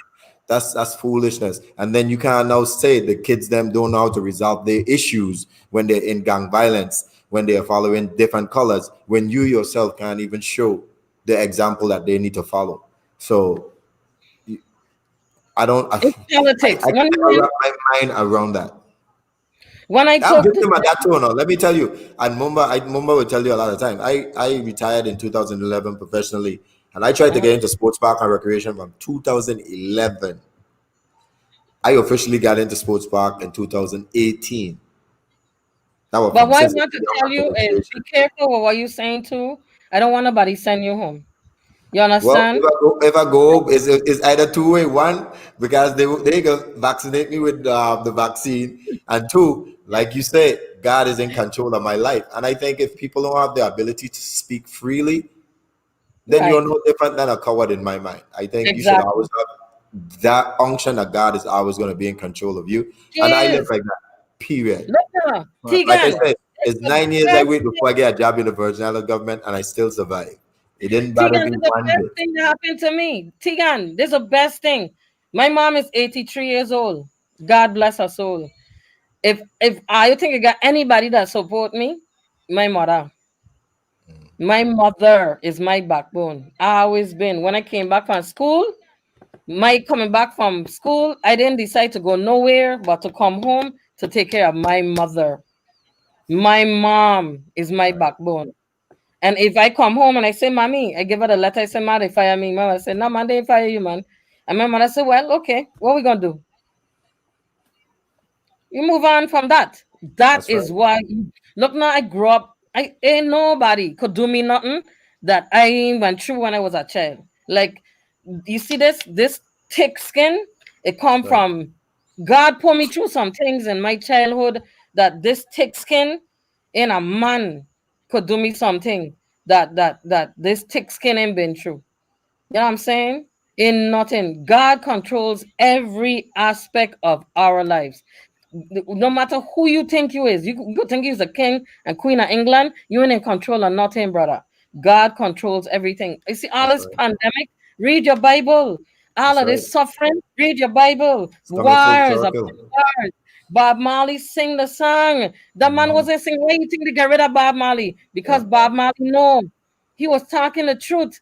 Facts. Okay, he was a prophet. That man was a prophet. I know Rasta. That's I right. none of that.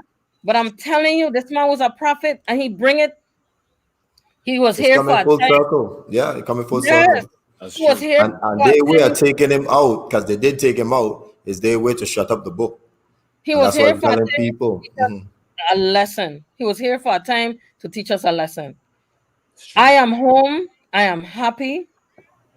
I am blessed. Ain't nothing nobody take away from me. Right. Nobody can take away. You can't take away how you feel about me.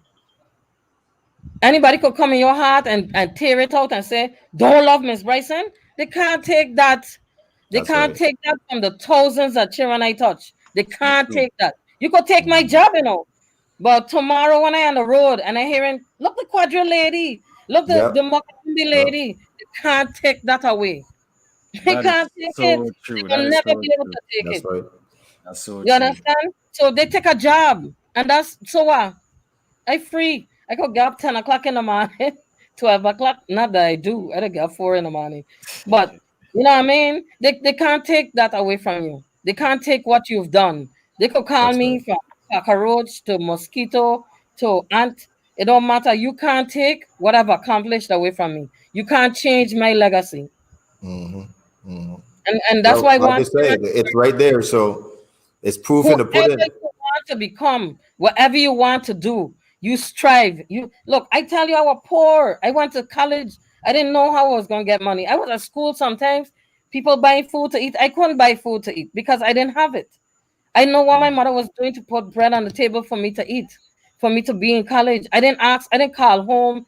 Like some kids, I didn't have that privilege to call home and tell my mother I needed $100 or $200. I didn't have the expensive sneakers. Thank God I play volleyball. You know what I'm saying? Thank God. Because I had sneakers, I had, you know what I'm saying? That was an opportunity for me to have a lot that I didn't have. Because I know how I grew up. You understand? You know? So where some people think the things of the world is important, not for me. All right. Not for me. I don't live out there in the world. I live for God. Hey, and And it's shining through because you're making me feel so good tonight. So let me ask you, what's the future outlook for Dr. Bryson? Because I know you ain't giving up in the trenches. Because once we serve, we never give up, and that's one of the things that I always call out to leader. You see how everyone call themselves leaders in terms of legislation leaders and government leaders and all these things. Leadership never ends until you're dead. As no, long it as does. you have breath, you gotta continue doing your part in helping the next generation rise. You can't just say, "Oh, I gave 4 years of my life, I done." It don't work like that. And As long it's as you before have the four, life. Mhm. but again, it's what you do before the 4 years and what you do after the 4 years. What you've been doing before the 4 years. Who have you impacted? Whose life have you changed? What have you done? You know, what difference have you made? You understand? It's before the four, is even like for senators too, before the two, before the Yep. six, before the whatever. What have you done? What It's a difference are you continual making? thing. You never What stop. have you Leadership right? never stop. If you want You to you anoint yourself Never as the stop. leader, you gotta be out there. and I don't even consider myself a leader. I'm a person that works for the betterment of the society. That's just what I do. I don't That's want what leader nobody. is. You don't have a choice. No, no, I A don't have leader a, put the consideration of people in front of themselves, and you just yeah. gave the perfect example of what a true leader should be. Yeah, I ain't out there for nobody. Like I tell y'all to tap me on my back and tell me, oh, Miss Bryson, you all. No, it ain't about that. It's about really loving what you do. Whatever I do, I love doing it. Whatever I do, I love doing it. I love it. I ain't doing it because I don't like it. I did volleyball because volleyball was in my bones, in my skin, in my heart. I did basketball because it was in my bones, in my skin, in my heart, and it helped children. It helped children. It moved children forward. I watching Right. what you're doing, Tegan. I'm so proud of you. I watching people I like appreciate Rashidi. that. You know what I'm saying? What Rashidi doing? What y'all doing with this podcast? This is what we have to do. If we want to make a difference, we have to do something to make a difference. That's what it is. We gotta do something to make a difference. And talk don't make a difference. Then they're sitting Right. in the Senate. What difference they making? Make a difference outside on the street. Called Anthony Viale. He's made a difference. He's made a difference. That's our He is guy. making a difference. You understand? Yeah. I have seen the difference he has made as an educator. He's making a difference. That's a person I know when they go in the Senate, they're working for we. They're working to do what we need. I don't know about the others. I watch Javan James. People don't like Javan, but I could tell you his story. I could tell you where Javan come from and where Javan is today. Brothers, I would have never expected him to be alive. This is But how serious it is. I would like to get a doctor in the Senate. I see a question came up. Doc Not for me. Senate. What you saying? Die for me. Money are Not, blue, no green. What you saying? not We need politician. this. We need people like No, no, no, both no, of you guys in the Senate. That's what we I need. Both of you I guys, don't. honestly.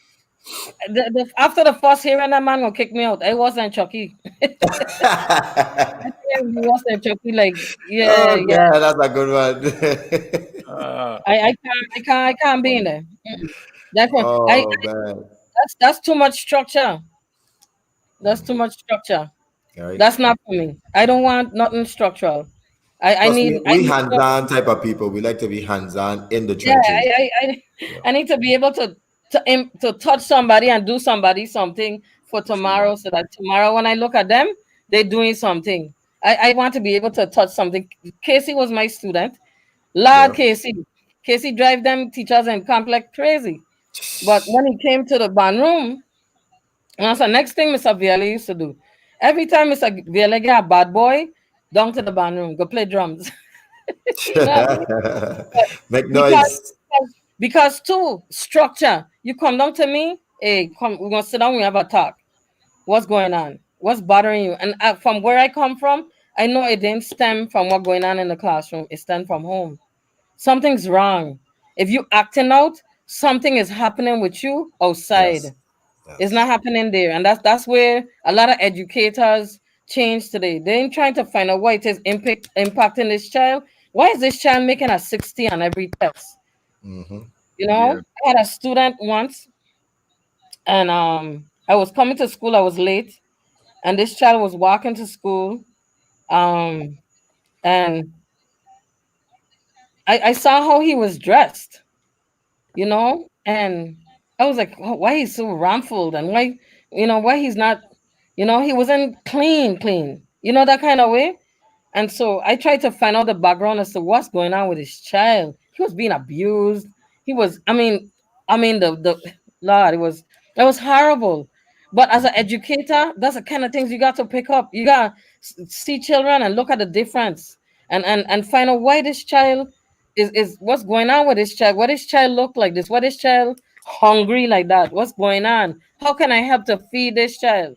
I would bring food to school. I would bring food to school for kids to eat Right. lunchtime, extra fruits, extra this. I buy a refrigerator. Every classroom I had a fridge. Okay, it I matters. It had really matters. Yeah. And, I had and a and fridge. coaching as well, you really get to see that as well. Because when you see a Yeah, child ain't performing the way they normally do, it's good to pull you them on know, the side and ask, hey, you eat, what's going on? And you'll be amazed how many people don't yeah, will be don't, fighting for that meal. yeah. True. Look, I used to drop kids home, Dimore and them Kotela, yo. I didn't when after practice, if I know your parents can't come for you, ain't a problem for me to drive the whole of Christian instead dropping children home. Same thing when I be in complex. Ain't a problem for me to go dead west to come dead east to drop children home. Your parents didn't have it? Okay, I gonna be there to help you. I gonna be there. Whatever it is you need, I gonna be there. You know? I have Yeah. a funny That's story. I don't know if I should tell it. Mumbai, you ready? yeah, yeah. So here's a funny story. When Go we ahead. got to complex, right? I was Bailey said I had to take a music class. So I said, okay, I wanted to get Miss Bryson, but I couldn't get her because she was teaching the elite. So I don't know if you remember the next music teacher. It was a man, Mr. L. Mr. L, yes. So all we were choosing instrument and stuff like that. So I don't know, for some reason I choose the flute, right? So I say, yeah, man, Miss Bryson, I choose the flute. I think I got you out the flute, blah, blah, blah, blah, blah. When all the class come together, we put all the instruments together. I is the only man playing the flute in the whole band member. Wow. All woman is in the flute section. All the man have the saxophone. All the bad instrument, and I did it off. So I pissed. So I want to get a saxophone, but I can't get a saxophone because all the saxophone them done. So Mm. said, Yeah. I don't know if you remember Miss Bryson. I said, man, you need to get me out of this class because I don't want to be the only man playing a Yeah, flute. I remember.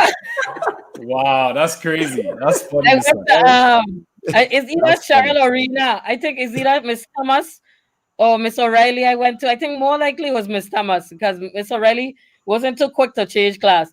I think I went to Miss Thomas and I say, hey, I gotta get Tegan out of here and we gotta put Tegan someplace else. Yeah, Miss man, Thomas. I can't be playing no flute. I'm the only man in the whole group. But We you need. know We need. what, Tegan? I wish you could see a picture, They Mister. tend to say that male flute players are better flute players than female flute players. I was thinking about Peter Pan, but then when I realized Peter Pan used to wear tights, I said, may want to be Peter Pan no more. Ah, Remember, I had to go. I had to go. that's funny. Yes, Yeah. I that was never play another instrument again. That was it. Wow. That's funny. I didn't even know that, Mister. You know who was in my class who actually became great? Melvin yeah. Matrin. You remember Melvin. him? Melvin, yeah, Yeah, Oh my Melvin. God, Melvin had the saxophone, and actually Melvin Melvin became really, is really good. awesome. Very, Yes, yeah, real good. yes. If Top Tegan notch. had stick it out, he'd have been good too. But Tegan would I think I would, but I just couldn't stick have with the been good flute. too. Yeah, you should Couldn't have stick with worked the on flute. the same flute. So that's my Yeah. funny story. No more story, but you go ahead. No, no, no. That was funny, man. That was a good one. That was a good one. Yeah. No, I just wanted to just touch on real quick about it's I you know we talk about the trouble kids and stuff like that. So it's important Mhm. for teachers to really sit down and talk to the student to find out why they behave that way, why they act that way, because you need to know why. And sometimes there's a lot of stuff that's going on outside of school Yes. that's affecting the kids, that when they come to school, they just bring it to school. And sometimes it Yes. takes, teachers like yourself, Miss Bryson. Haywood was the same way, VLA was the same way too, Right. is that when you really sit down and talk to that person and you really get to know the person, that you could see why they're acting that way. And then sometimes when you have that heart to heart conversation with a student, you kind of help them out as well too. They could kind of pour themselves out to you. So I just kind of want to touch on that, you know. So because I Um, always think, go ahead. I think like I tell you, like my background, that had a lot to do with with how I felt about children, and knowing something was wrong. You know, a lot of teachers weren't paying attention. I was a A student. I was a A student. I really did good in school, but my A's was a cover up to what was going on in my home. I put my everything. I put my everything into studying so that I could be better. And my mom encouraged us as well to to to do well. Not that my mom was uneducated. My mother had a high school diploma. She had certificates, because in Aruba it's different to here. Um when you go to school, you go to Mavo. Mavo is like high school. And then in Aruba, unlike here, you see how we have the trade school? So in Aruba, when you get into Mavo, which is high school, you could take a track. You could go to teacher college if you want to be a teacher. You could go to nursing. You get to go to study nursing. If you want to be a doctor, you could go to be a doctor. If you want to be a lawyer, you could go to be a lawyer. And they push you in these tracks. And unlike America, college is free. In the Dutch, college is Wow. free. You don't have to pay for college. They pay for you to go to school. If you're really smart, they pay for you to go to school. They pay everything for you. Everything for you. So you didn't have to worry about paying to go to college. You didn't. You got everything paid for. When I went to CVI, those students that came up from St. Martin, they my granddaughter calling me when I came from St. Martin, um when I came from they came up from St. Martin, and people at CVI didn't understand. But the Dutch government, they pay for everything. They pay for your books, your transportation, your housing, everything. America, and ain't like America can't do it. America's supposed to be the richest country in the Nation in the world. world. Yeah. And they should be able to do the same. If they just adopt the same mentality, like, no, we need nurses here. Again, our politicians. We need nurses here. If they go to St. Martin or even to Aruba, and they look at the infrastructure and how they build the structure in Aruba to ensure that every year in Aruba, they got at least 25 to 30 nurses coming out of college to come back home. Doctors, teachers. Aruba have their own, their own teacher college. They have their own teacher college. They have, they send you to Holland after you pass several of the exams in Aruba. You leave Aruba and you go to Holland. To do the nursing, become a doctor, to become a lawyer. You go to Holland and you specialize in that area, and then you come back home and you have a job. That's the next difference. They ain't sending you away to school, and so that I'm gonna speak Dutch. They send you away to school, and I have to think sometimes because the languages. But they ain't send you away to school, for you to come back home and not have a job. They send you to school, train you, and then you come back home and you're making a hefty salary. Okay? But that what makes every society get to the next level, because every society gotta be able to take care of its people. And Yeah. what a plan that is, that your own people can take care of itself. And And we I could do just that easily here. We need science teachers. We need math teachers. From the time you get into ninth grade in Harvard, in Harvard, when you go to Harvard, that's 7, 8, 9, right? When you go to Harvard, from the time you reach seventh grade, you're getting tests. You're getting tests to direct your path, to direct which way you're going. I came here, so I didn't have that. I didn't have the opportunity to do that. But Yeah. I don't know if I would have. Why would I have been? But anyway, they direct your path for you. You yeah. know My dad knew a trade. He learned a trade in school. He was a welder. He learned to weld in school. When he come out, he went and worked Lago. He didn't have to worry. My grandfather was electrician. He had Mhm. Lago. He had, he was fixing, people home, building homes. I don't know what a mentality is, but I, it's a different mentality. it's something I hope change here in the Virgin Islands. Like for instance, let's use this COVID for instance. We know there's a disease and stuff like that, but Mm. you know, we do have our Department of Health, and I personally, and this is just my opinion, I think we should have been doing our own experimenting same way. You know, we can't just depend totally on the CDC. We should be having people here testing them with people who wear masks, isolating them, like conducting our own study. Okay, so how did these 100 people survive with the mask? How did these other 100 people didn't survive? Yeah. How did this vaccine work? And these people, we should be having these own study that we have our own No, personal Tigan, data in Tigan, you know. our health infrastructure is poor. How you gonna do that? We don't even have a But hospital. What are you talking about? it's stuff like that we should be thinking, because we don't want to Oh, get if caught. If our they make a mistake if up there, we, you can kill a whole nation down here.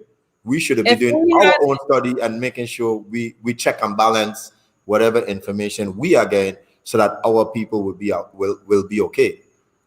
if You we know. had the infrastructure in the Virgin Islands, like I tell you, and you have to think outside the box. You have to think outside the box, and it can't be that I take a position to put money in my pocket. You have to think outside the box. Like I tell you how things are in Aruba, and how things are set up in Aruba. That we have this amount of doctors, this amount of lawyers, this amount of this amount of that. Right now in St. Martin, my cousin is the ombudsman in Aruba, in St. Martin. She went to law school. They don't have the biggest hospital, but they have things in place that the nurses are so well trained. But we don't have that structure here. Again, instead of putting money, what you know how complex, big complex was supposed to be. Complex Mhm. was supposed to have a pool. Yeah, Complex swimming was supposed pool. to have Yeah. that gymnasium that they built wasn't the size that the gymnasium was supposed to be. If people were so interested in money and greedy and thieving and taking the money from Hmm. from from the children, man, Complex was supposed to be a spectacular school. That was a mistake that has made to leave the local government build that school because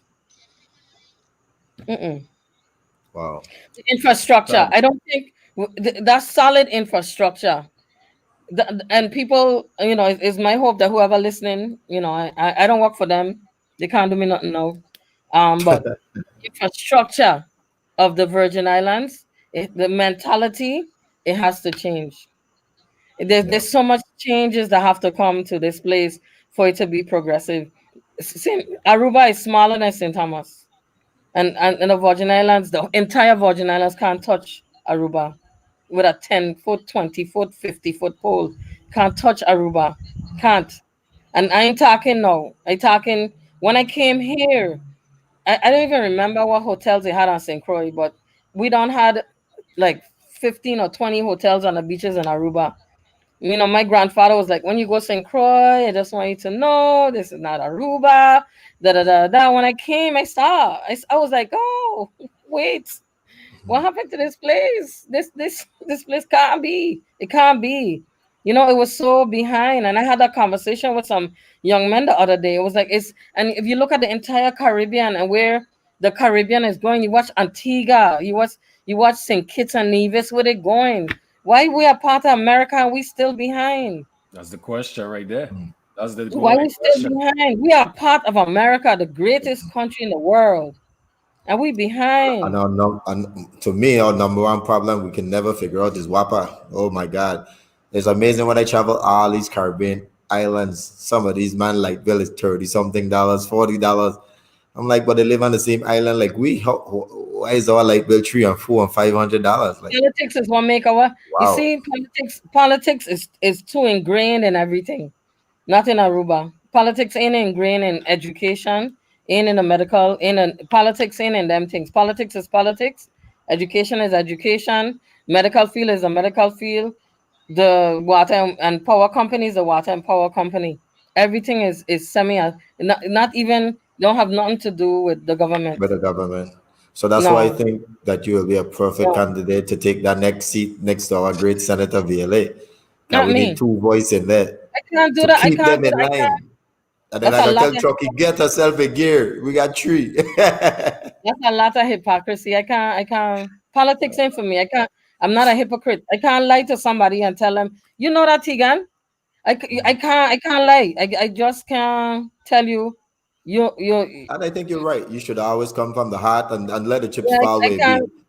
be. If I got a I light just to mean, get out of the check, then I feel like I devalue myself and sell myself out. And in reality, I would be no better than a prostitute because right. I'm doing the same thing they're doing. Yeah, I don't want that ain't for me. I mean, in the first time people ask me, but that's not for me. I love social sciences. I love civics, but that is not for me. That's not for me. Who put up That's that not. number? Check that I out. can't see that. I can't see that popping. Mm-mm. Who that Something going be? on with Facebook.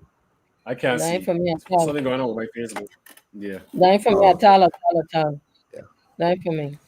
So let me get back to sports a little bit. Do you have like your top five all-time Wait, T. players? Is that too early, Mumba? My bad. You do No, it, no, thing. no, no. Sorry. You good. I want to know about the track, and then after that, you could kind of get to that. That's Yeah, we all. didn't hear nothing about track.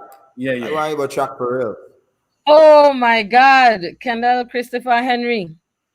Why Kendall Christopher Henry bring that up? So I ran track in high school, and but it didn't last like basketball didn't last. I was with Cipriani. Um, I remember Sip. yeah, Yeah. I ran with Cipriani, not the son, the father, the Oh, okay. So father. I Yeah, probably not the met the son when he came around. yeah, yeah. I All he ran used to do under is whistle. That's what it. I did I did distance for a little while, and then I was doing hurdles, and then it was Cipriani was he was rough, man. He was too rough. He was rough for me. I couldn't stick around Cipriani. I couldn't stick around Cipriani. And then what turned me off from track?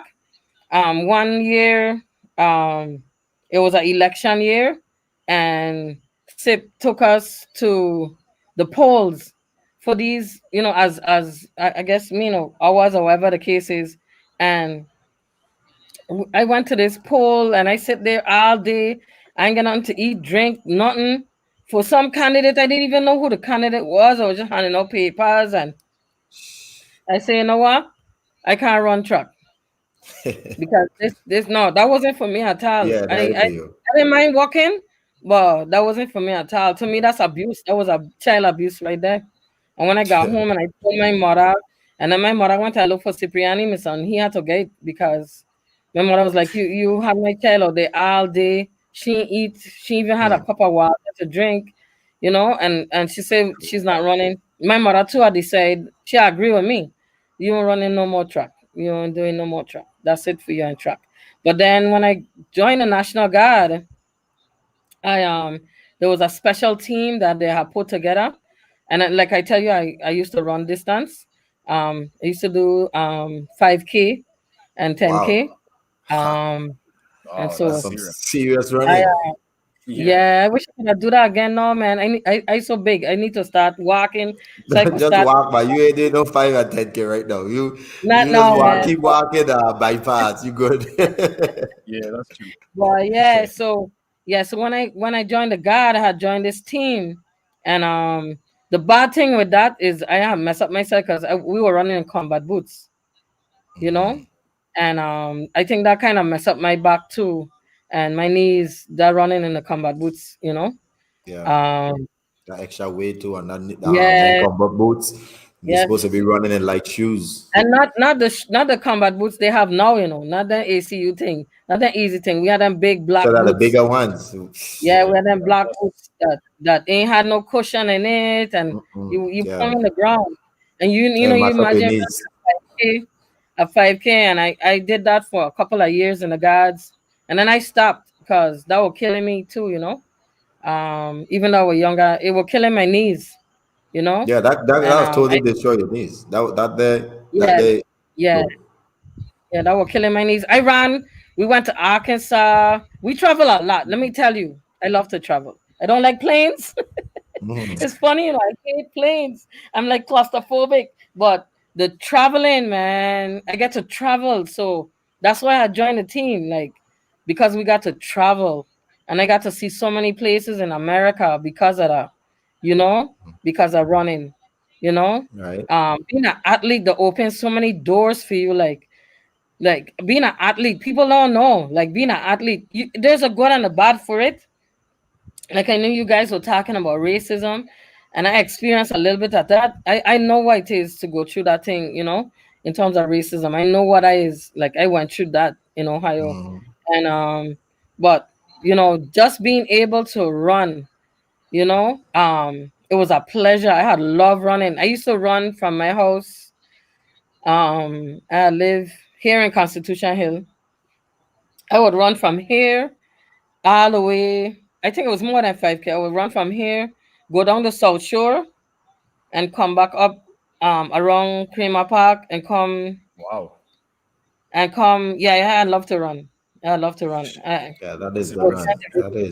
this and then come Yeah. up, and then come through town. We ain't had no bypass. I wish I had bypass and everything, but no bypass. Come through town, come back home, and just running, and yeah, I'd love to run. I would get up like 4 o'clock in the morning and just run, and then go to work.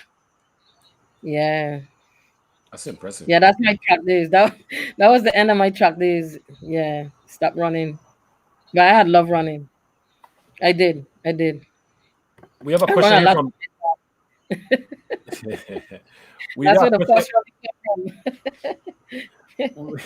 We Yeah. got a question here from Dwayne, and then after this question, Tigan could get to his question that he was going to ask you. Okay. How did it feel? How did it felt losing some of your Elena students to Mr. Stanford Jones and not coming to complex Thanks. with you? Um I couldn't work with all the students. I couldn't come with all the students. And when I was at Elena, when I was teaching the kids who were going to high school to joints, and I don't want to talk bad about nobody, but they were going to joints, and a lot of them used to come back to play with me and stuff like that. Yeah, It was hard. It was hard losing them because I was so involved in my students' lives. Like I knew everybody, mom and dad. You know, it's just it was hard. It was hard. And then they went they went Central High, but they still used to call them complex to play music. They were Central, but they still used to call them complex to play music. They still used to come Right. complex. So it don't matter. Yeah. Now you did a Yep. great job. One thing, you did a great job with music, and you definitely add to that culture. So one more thing, including your Mokajumbi. Talk about that. How did you get involved in that? Oh wow. Okay, so since I was doing the Quilby and I started doing Quilby, I said, I'm gonna branch off. Then we started doing quadrille. No, we started with quadrille first. And then I said, hey, man, we can't be paying for no band to be playing for us all the time. I'm a band teacher. What the hell am I trying to hire a band to play when I have musicians here? Then we started the Quilby Band program. After the Quilby Band program, I went to VLA and say, I want to start some Mokajummis. He was like, no, everything anyway. VLA used to tell me no for everything. I didn't give two hoots. I want to start why I want to start. I didn't care. I just tell you, I started this. And he used to say, no, you can't do it. And I was like, okay, all right, I'll do it. I go in my own pocket. I didn't care. I went in my own pocket, and it was funny. Afternoon, I don't know where it was coming from or where it was coming from. I was driving back to campus, and Zaid Salim was walking to campus. Now Zaid was never in my class, but his brother, his older brother Amir, may he Mhm. rest in peace. Amir was really good friends with my niece, um, Miss Harman, Arisela Atley Harman. Um, and so, I used to admire Amir on them stills. Oh my God, Amir was just awesome on them stills. Anyway, so one afternoon coming back to campus, I was like, I want to start this Makajumbi thing. I didn't really know much about Makajumbis. I talked to the so-called Makajumbi man, and he was like, no, he don't doing it at this other school. It has to be under him. Arr. Anyway, but people think their own thing. Mhm. Anyway, so I said, you know what? I'm gonna start my own Makajumbi group. I need somebody. Anyway, God, like I tell her, I don't know, God to put people in your way. What you want, you speak it. Like my mom, you say, if my mom gave a friend of mine advice last night, and she always told that you have to will it and want it in God. I Whatever like you that. want, will it and want it in God. And but you have to make sure that you're pure to God. You don't just want it because I want this right here. No, you have to be pure to God and true to God. That and and if you didn't get it, is because He didn't want you to want it. Mm. You understand? So you have to will it and want it to God. And I said, I want to really start a Makajumbi group at the school. And Zaid was walking on the campus. He was coming on the campus, and I stopped. I said, "Hey, you need a ride? Come on in. What's your name?" He said, "My name is Zaid Salim." Ding dong, ding dong. I That's said, it. "Zaid That Salim, I help you to start that. you's a May brother?" Yes, I'm a May brother. So we start talking. So I tell him, I said, "Hey, come to the band room. I need to talk to you." So we started talking, and I said, I want to start a Makajumi group. I know that you're with this other group. Oh, me and them had some problems. I'm not with them anymore. You serious about starting this Makajumi group? I said, yeah, I'm very serious. I said, what would it take? So he went out. He found out. He went to Woodson. There was a what do you call that class? The wood class, carpentry class Country. at Woodson. He said we're gonna need this. So I said, well, how much it gonna cost? Then I found Gold Coast yachts. First I went in front of the thing here to get the wood to make the stills. So I went found Gold Coast yachts, which is there and thing what do you call it, the area. Anyway, went to Gogo's Yachts. I asked them how much it would cost to buy this amount of the wood to make the stills. And the guy told me, well, this amount will be $600. So I tell you, like, I wasn't rich, but I said, you know what, I gonna invest the $600 out of my pocket because I want to start this. You know what I mean? So I took the $600, I took it to him, and when I gave him the 600, he gave me the wood. I said, no, so what's the next step? We need this. I don't think Home Depot was there. We went to one of them hardware stores. UDL Lumber. Um, on the North Shore. We went to UDL Lumber, and I told her what I wanted to do. Yeah, Industrial Park. Who said that? Yeah, Ata Kana. Yeah, Ata. Yeah, Industrial Park. Yes. Um, so I went to UDL Lumber at UDL Lumber. I told them what I was trying to do and what I needed. So she gave me a discount. I think it was like 20% discount and all the materials, the screws, the nails, and everything that we needed. Then we got a pair of stills, looked at the stills, how we needed to make the platform, whatever the case is. And then we found a carpentry teacher.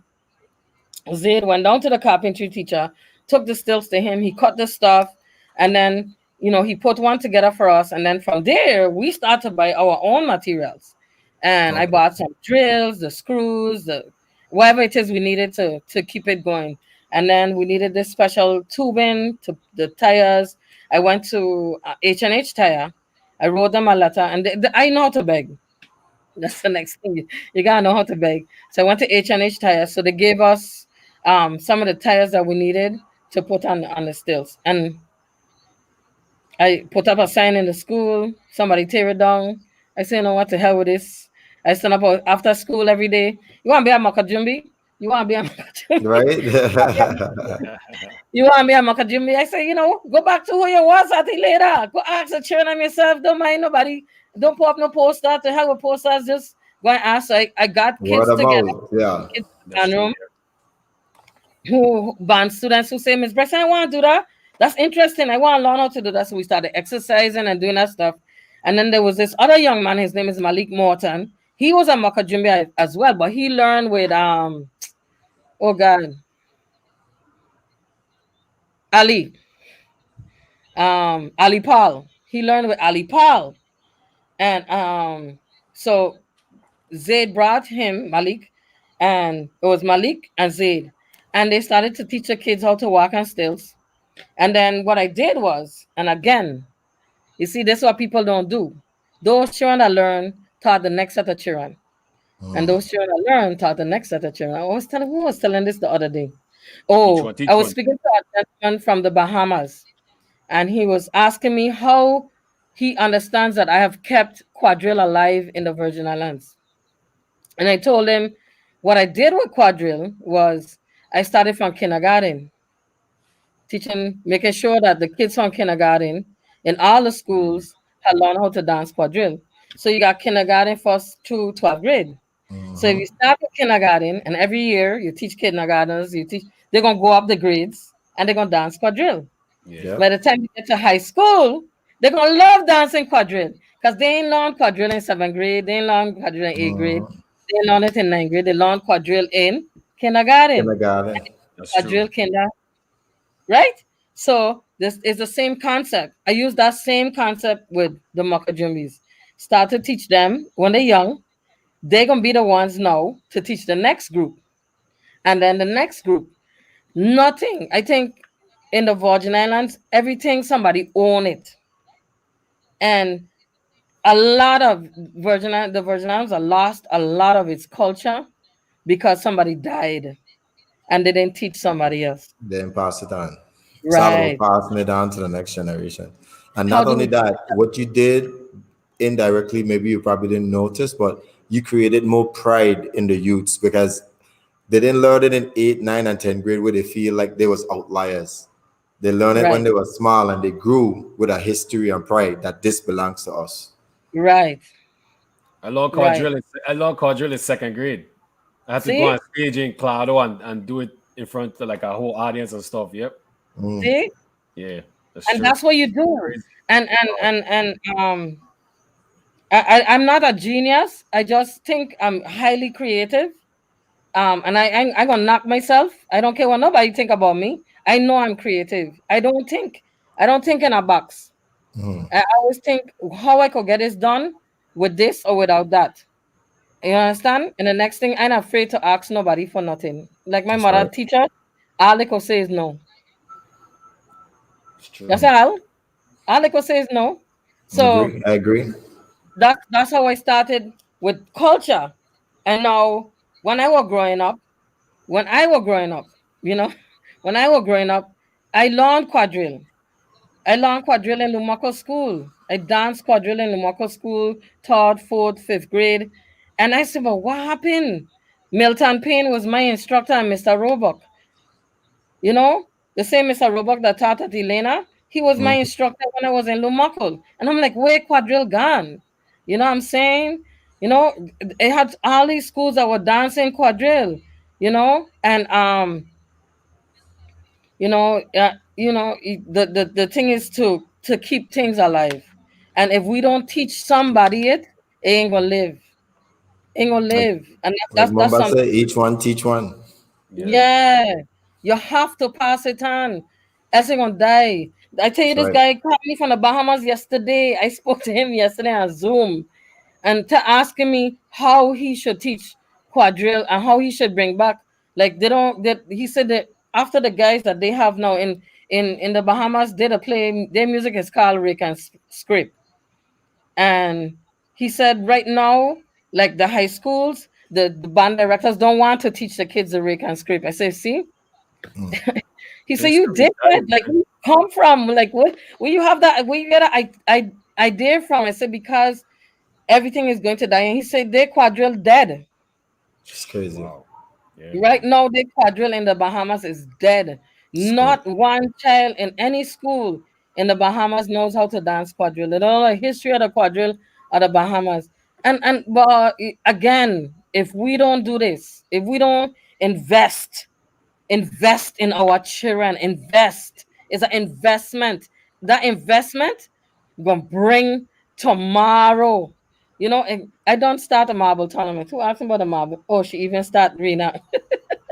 Like, I mean, if we don't make the investment in our children, they ain't gonna know. We have to. Yeah. Um, be- what I was going to do this year before I get fired? I wanted to do a top. I was starting to teach kids how to throw top. I was doing it in the fair, and I realized how many kids don't even know how to throw a top. Kids don't even know Wow. what top They don't. look They like. don't even know what tap is. Yes, I forget all about that. Yeah. Wow, that's Yeah. true. you understand? So I said this Wow, year that's crazy. before Man the used to have winter competition time, with tap me. yes, I wanted to bring back tops. I wanted to bring back tops. I have buy so much tops. I have tops. I have tops like crazy. I bought out of my own pocket, and that's the next thing. You got to be able to be willing to make the sacrifice. You can't get a job and sit on behind a desk and think I'm director such and such. You ain't nobody. If you're impacting nobody, you ain't nobody. I don't care what name No. you have, you commissioner of this. If you're impacting that next generation, you ain't nobody. If you're making a difference for them children, you ain't nobody. Okay, that's how I Yeah. feel. And I ain't from here. The other I day, agree. somebody they said I guess they were trying to say that I think I from, yeah. And so they say, oh, I heard or I read someplace that you're from Aruba. People, I love my country. We were ahead. We were ahead. But I don't want to put nobody down. You understand? But I am a Arubian. I can never deny I'm a Arubian. I speak 6 languages. Right. 6 I because think. I'm Arubian. I think what we're missing a lot of times here, and not just we as African Caribbean, African Americans, period. I think we miss a spiritual aspect of who the next generation is. And if we actually meditate Yes, and realize the people we hurt yes, in the most is nothing but ourselves, because the next generation is just a future us living on to a next generation. So when we don't do them right, the only person we hurting is us. Because once our energy of life dissolve and we go back to the ground, we live on to our children and the next generation. And because we don't understand that spiritual concept, we treat our next generation so poorly. But if you look at the Chinese, a Chinese don't make a business deal unless they affect their children, children, okay, children, because they okay. understand that when Two, they three die, they're going to generations. live through the third generation. We never die as long as we live through our kids. And if anybody Exactly. really understands, just turn off the TV a little bit and just go home and watch your child. They'll do everything you do and you never even teach them. Because Yes. they ain't no new person. They are a No. better you going on to the Yes. next generation. And if we Oh understand God. as a spiritual people that the next generation is not a new creature but a new you, No. then you will That's do you. everything you can to make a new you better Yes. than how you come up. And we never get that. We live in this mentality, well, I don't spend my time doing all of this. They need to go out there and do it themselves. No, that's foolishness. It's your job Yeah. to accelerate them.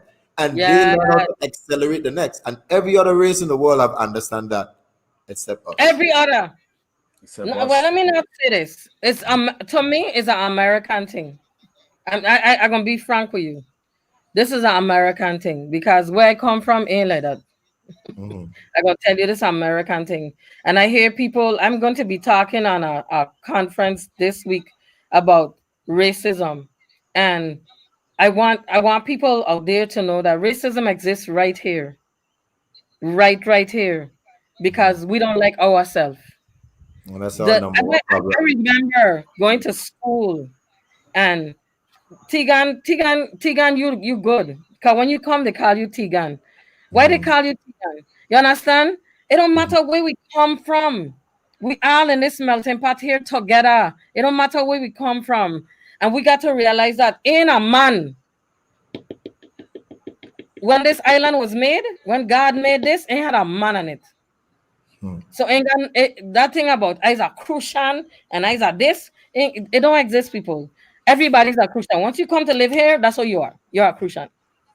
Period. Yeah. I ain't care where you come from. You come from St. Lucia, St. Martin, Antigua, St. Kitts. Mhm. Once you come to live here and you live 10, 20 years here, you're a Crucian. Don't tell me you're not Crucian. You're a Crucian. You Yep. understand? When I was growing up, people were calling kids alien and they're still doing it. You have some people that have And yeah. that Yep. repressive thinking and that repressive thinking, and a lot of Christians have it. And it's sad. Yeah. It's sad. We gotta get rid of That And that. that, that it's a repressive thinking that mentality of division that we yes, never had the because concept that's of the slave. understanding. You still Yeah. have the slave master in you. You And you know still the have sad the thing, slave because master in I you. had the opportunity to travel all over the world, especially in Europe. You know that Yes. the German, as much as you have Hitler and stuff like that, Right. that the German and the Englishman and all them man still unite as one in terms Of of the European course. Union. Yeah. It's So only how in funny they America. still have, because they know they are family. It's only in America. I had to So tell someone that um my my so my granddaughter, she was asking me about my ancestry, and I was telling her that my great to the fifth, my great grandmother to the fifth was a freed slave. Her name was Dresser, and in where she come from is Suriname. Look, I have everything in me. I'm a mutt. But my on my mother's side, my grandfather is from Suriname, and my my she ran away. She was one of those more that ran away and went to out in the bushes of Suriname. And when she came out of the bushes, she was free. You understand? She was one of them Africans that they caught, but she wasn't a slave. She ran away. And to this day, you could go to Suriname in them bushes, and they have all of the rituals of where they come from Ghana and Igbo and every place. They still do that stuff. You understand? So what people need to understand is, ain't where you're from, ain't where you come from to this island or wherever, we were all brought here. It's what you do when you come here. What have you done to make a difference to make here better?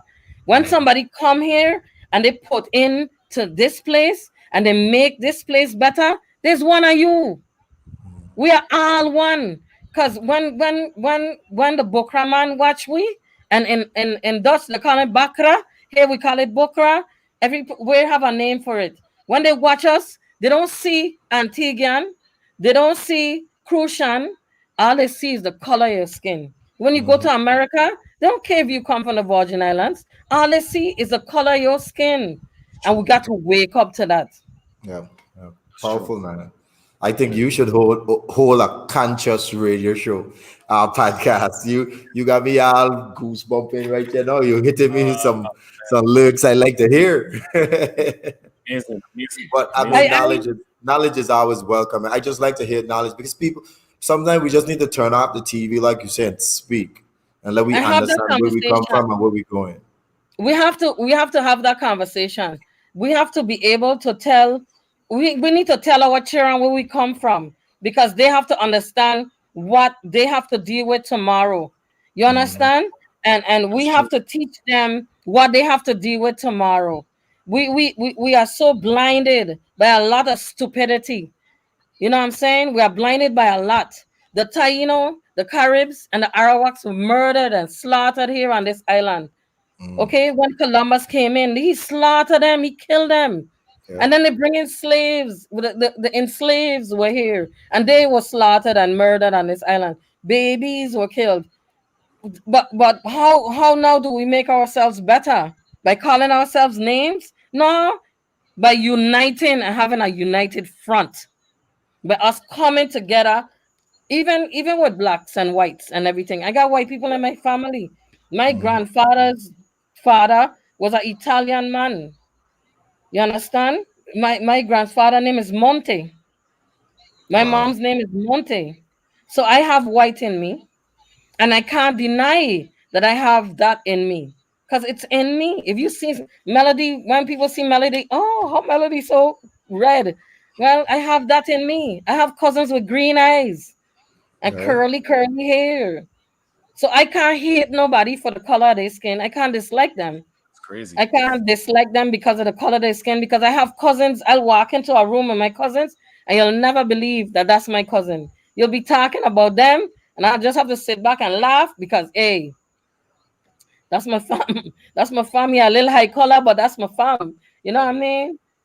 And that has happened to us as a family. We've been places together in Aruba and other places, and people see us and they think, oh, who that is? That's my cousin. That's your cousin? Yeah, that's my cousin. That's my green eye, blue eye cousin. That's my Right. cousin.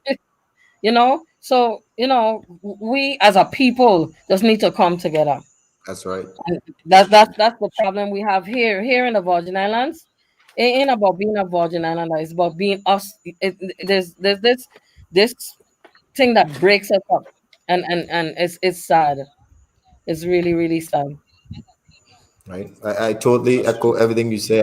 Man, I like doing True. so. It's time. It's about time we get united because it says finally the saints will definitely be awakened. It's about time we start getting awakened and stop sleeping because Yeah, too many years we there around here sleeping.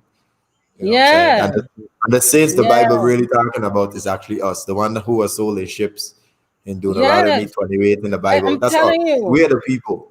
You know what I'm saying? Yes. And we still sleeping. Look, So we the gotta get it right. first man, the first man on the earth was a black man. If God took earth to create Adam, there's no way Adam could have been a white man. Mhm. Any place you go in the world, even if you use Kalichi, Kalichi got color. Even if Mhm. you take up Kalichi, Kalichi got color. It have color in it. It had to have a tone. It couldn't be that that tone was white. It couldn't be white. You understand what I'm saying? When You're he right. took the earth and he made man, that man he made was our color. Take up any place you dig, it's gonna be our color. We have to understand that when we as a people come together and we see, and if we believe in the Bible, go back to Adam and Eve.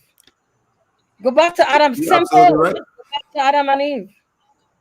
And that was the first statement of my little summary when we start with everything that's going on now. Who have been the number one um disinformationists, if that's even a word, than our Right. former slave masters? They have changed everything. They have given us all total lies.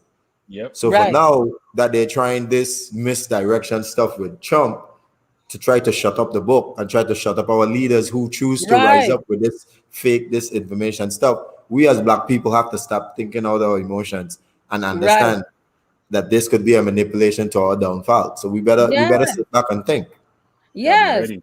Gotta be ready. That's true. You know what Yeah. I'm saying? Yes. I want to Man, tell I can Arthur. talk about this all night though. I know we're there at sports, but I mean I love Me this. too. I I love this want. too. I love this. I, I see the You Arthur know, can I say conta by mi che papia un poco di papiamento pa bolsa nang pa sobra hene no te componde. Ami po papia look at me care. I say to right, papiamento. This is papiamento. I could speak what I want. I could go on any right. country. When I was in the guards and we traveled, we went to Morocco. They were calling Bryson, Bryson. Venez ici. Vont parler français. Très bien, vous parlez français. You understand? I can speak the languages and you know I was in a grocery store. I was telling some people, and I had some ladies, and they were talking patois. And I have a problem when you're talking about me and you don't know me. I have a problem, and I have a problem with that. And these two ladies were talking. I don't even know what I had on. I think I had a hole in my shirt or something. Anyway, they were talking about me, so I waited when they finished. My mother was like, "Leave them alone." I was like, "No, they talking about me," and I Yeah, want them to understand that you that you got to know be they so say careful.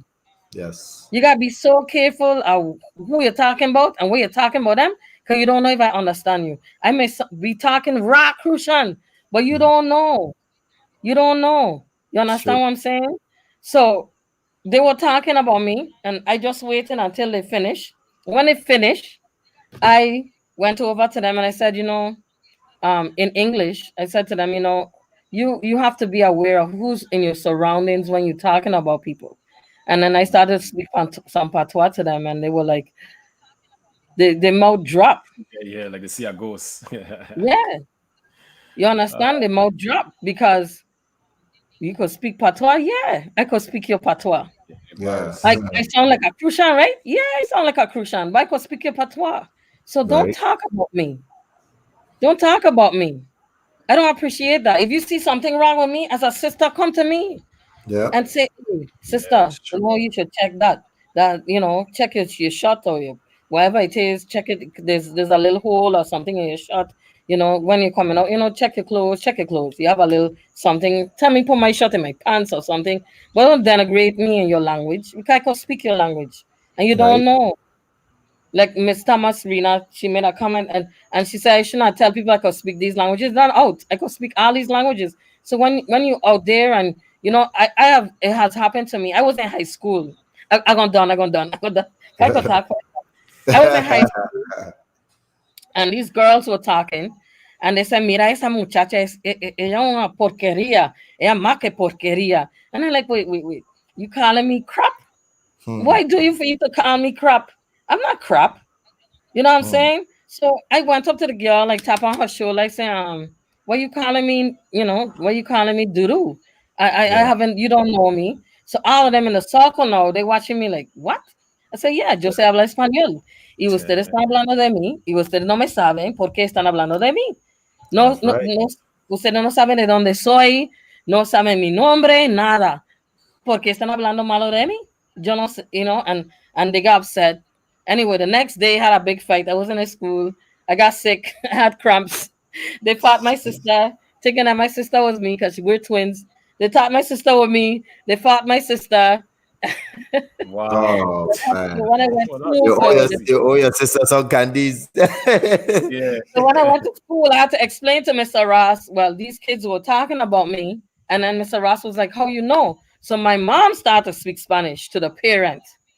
And the parent was like, oh, but in Kenya. They thought we were from Puerto Rico, but we weren't Puerto Ricans. We are Rubians. Right. You know what I'm saying? So my mother started to tell her, well, my kids speak Spanish. My kids understand Spanish. And when you spoke about my daughter, she didn't appreciate you calling her nothing because you didn't know her. You didn't even get a chance to meet her or to talk to her. You know what I mean? Today we's friends. I know the Right. girls up to today we's friends. You know what I'm Wow. saying? That's Um, nice. but the thing is, you gotta be so careful You in have to be language. careful. You have to It's be true. You careful. know, But if you walk in love and live in love, you shouldn't. It should right, never It's happen. always right. people make jokes and stuff like that. But when you don't know someone, like you said, you should always be careful of what you You say. should be You don't. respectful. Yes. Like Yeah. I'd have tried to avoid speaking another language, but sometimes, like when I go out, I know hardly anybody on this island speak Dutch. So I tell my mother we're gonna kick the Dutch. when, when we go out and we want to talk about something, we'll talk Dutch. You know what I'm So your, saying? We your speak daughter Dutch. speak the six language as well. No, She want to she learn it. none of them. Oh man. None of them. No, no, none of them. None of them. None of them. BC, ¿cómo estás, BC? Necesito. That base No, in but it. BC mom is from Aruba. I Oh, okay. I wanted Oh, didn't to. know that. wow. Wow, Yeah, nice. BC's mom is from Aruba. I Yeah, didn't much know love, that at Casey. Much all. love, Casey. I know Much Big love. up BC when he was Base. a Base, baby. you dropping Much love. nuggets, man. I could tell you a That's lot about awesome. BC. He better not about night. I could tell you a lot about BC. I won't do it. I won't do it. AC. I won't do it though. I could tell you a lot about BC. I know him and all of his brothers. That's amazing. Yeah, Well, we're getting up there in time. I know you I know. didn't I plan to know. spend in 3 hours with me, but Oh we, my we God. always have to get your top five in. Your message have been so powerful tonight. So I want to get your top five girls you've ever coached in basketball, Oh wow. Question. yeah, I think that's the best one. And then your top five athletes you ever pretty much cross path with from the Virgin Islands throughout all your Okay, years. so Yeah, good questions. Good. Nice. the top five girls: Monica Demore, Monica Allen Okay, wait, sorry. Demore. I don't want to cut you off because some people might not know who you're talking about. We do, but just kind of give like a brief description, like why, like Monica, Oh, why, yeah, so people understand what you are like about them, and so we can differentiate their qualities because the names no, you'll just say the names, but some people might know who they are. okay. Monica Allen was a point guard out to this wall. Like she was a beast. Like she was a beast. Monica was a beast. Like she could have dribbled with both hands, Yep. pass the ball, pass the ball without looking, them kind of thing. Like Monica was a boy, a girl boy playing basketball. She was Yeah, she she was could just a shoot. beast. She She could have could shoot. lay up anyhow, like Um, you say. she was a good outside shooter. I remember when I started coaching them, they had come from elementary school, of course, so the arm wasn't the same. So you have to teach them that 3 point shot. And Mhm. I don't know if 3 point had just come in or something like that, Yeah, he was but that there. three He was point there. shot, it had just come in, and then they were drawing the 3 point line on the basketball court. So a lot of coaches weren't teaching girls to shoot the 3 pointer, but I was teaching them to shoot the 3 pointer, because to have the outside shot. Everybody know that you could come in. Mhm. Everybody could drive or whatever. Yeah, that's fine. But it's something else when you throw the ball back out and Yeah. bash. You understand? So Monica, Demore, they had Demore. Oh God, Demore had the prettiest form. Like Yes, sir. she just Great had the shooter, prettiest sir. the Sure. prettiest form in shooting. Like when she pull up, like you know it was going through the nets. And she never used the backboard. It was always all net with Demore. It was just all net with Demore. Demore had a prettiest shot. Again, she had the fundamentals, and that's something so crazy. Like she had the fundamentals of the game. You Mhm. understand? And she could have dribble and pass, and you give them a play, and they would follow that play to the T. I mean, we were killing teams because of that. Because they learned the positions on the court. They understood the positions on the court. And then so that's Demore, that's Monica, Wilma, Wilma Millington. I Strong. don't know if you all I remember Wilma. strong Wilma like was Yeah. Wilma wasn't tall, but she was a power forward. I sorry. True.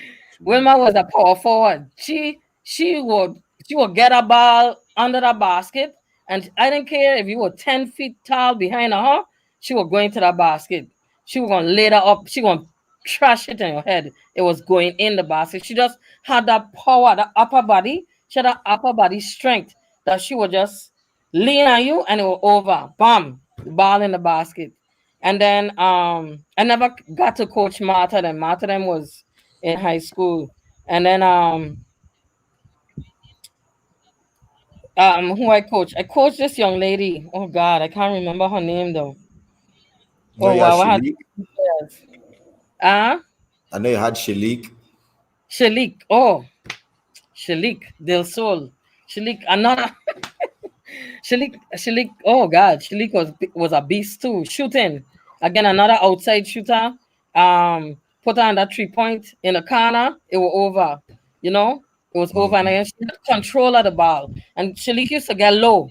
So everybody was playing up here, playing the defense up here, and Shalik was down on the ground dribbling the basketball. She was awesome. And then I had this tall player. I'm trying to remember her name. She didn't come complex. She went central. I was so upset about that. She went central. Yeah, we lost her. She had height on her. Who I get to coach too was Elise Sanchez. Oh yeah, Um, Elisa was there. oh my God, that girl, Elisa was mass. That Mhm. she had the height, and again another. She was a good power forward. She was a good power forward. She was Very really, really intelligent. good. Yes, and super intelligent. Super intelligent. Um, another player. I had a girl that played that had come from down in Christiansted.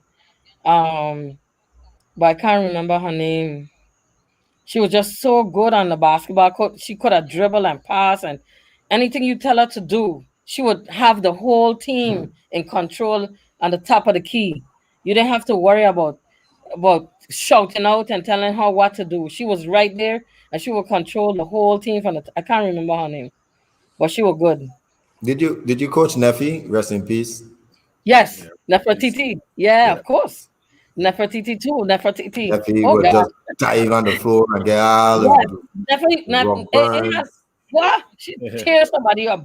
Bram. Yeah, she don't play. Outside of Neffy fighting, Neffy could have played basketball. Yeah. And she could have played volleyball too.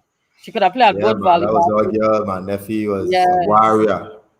yeah. Warrior. I want to talk about volleyball. One of my most fondest volleyball players was Mel Simmons. Oh yeah, Mel. That's my sis. That taught Mel how to Yeah, step. Mel's amazing, and Mel she's is a still in beast. the game teaching. That's Still Mel is a doing awesome. that. beast. So I just wanted to throw that in there. I didn't want. No, no, wrong with But that. No, wrong with No, that. I yeah. want to throw Mel in there too. Mel is an Good. athlete. Yeah. She's just an awesome athlete. She was Yeah. and she play a good softball too. A real good softball. If y'all put Mel on that softball field, and not because she's a shank, she Mhm. Oh, naturally she a good. Mel is good. We not gotta because bring she's she a on the shank, because show when Shang she is get athlete. Yes, time. Yeah. yeah, Yeah, man. Yeah, Mel yeah, is a monster. Man, yeah. it's just an awesome man. Today you made my night tonight. It's a great start for the start of the new year, Mumba.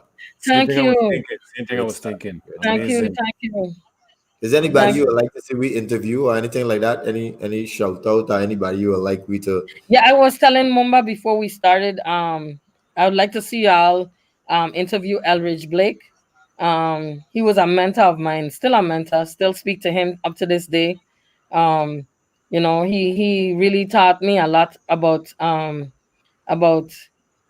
volleyball. And I think that's where my passion for volleyball came until I started getting to education, But my passion for volleyball came from coach. Um, my mom my mom was an athlete. My mom played basketball. My mom played softball. My mom played in Aruba. If from we could have walked down the road to the volleyball courts and the Mm, basketball courts, and the YMCA. We had the YMCA where we could have go play sports. When I used to go home to Aruba, we would walk to the Y, and we could have played any sport at the Y. And I think that too. My mom was an athlete as well, and I think that has a lot to do with all her kids being athletes. You know, and all her kids loving music. My mom wanted to make sure that all of us could have play an instrument, and she sure made all of us play an instrument. So again, Amazing. to parenting makes a difference. that's right. As a True. parent, you may not have all the money in the world, but if you have the desire for your children to learn, and you work hard and give your kids what they need. I think your children could become anything they want to become because of the parents. Because my mom was a single mom, and she made sure that we had what we needed to have to be successful in life. So Awesome. parenting, So true. parenting, is that's the one last thing I want to say, because I could talk to you all night. But parenting is so crucial, and I understand some parents today have to work two, 3 jobs. I had to do it too, and I joined the guards, so that was another job. So, but I just want parents to understand the importance of being involved in the kids and know that kids at home, and you at home with your children, or some of you may not be at home with your kids and they have to be at home alone. I want you guys to give that 110% to your children. You may not know math, you may not know science, you may not know whatever, but today, in the technology of today, just pick up that computer and Google it. Go to YouTube and see if you find a video that speaks about the math that they're doing or the science they're doing. But parents, you have to become involved in your children's lives. It's really, really important. Great message, man. Awesome. Mumba, we've been blessed. Man, I'm just in awe, man. I'm just in awe because some of the stuff that you did, it's amazing. I'm just happy, and grateful that we was able to really, really take the time to celebrate you and honor you, Miss Bryce. Honestly, you have done so. I didn't know all the stuff that you did for the kids, them. So this was a real learning experience for me. I wish I knew what I knew now, because I definitely would have liked to have a lot of conversation with you and get to know you when I was a student at Complex. Honestly, you did so much. So, hopefully you were able to get honored, a lot of more times in the future. It's I've been amazing. honored a lot. I'm sick of being honored. Tell you the truth. I What? just I just Ah, want to, I don't want to be honored anymore. I just want to keep doing what I'm doing. Yeah. If somebody wants to walk up here tomorrow and give me $1 million so I could start some programs, I'll take That's that. true. To start some Yep. volleyball, some That's what we basketball, need. yeah, start yeah, some that's what we need. cultural stuff, real stuff, not no put nobody on no video or nothing like that. Some real stuff or on hand stuff. Kids playing with tops, kids playing with marbles.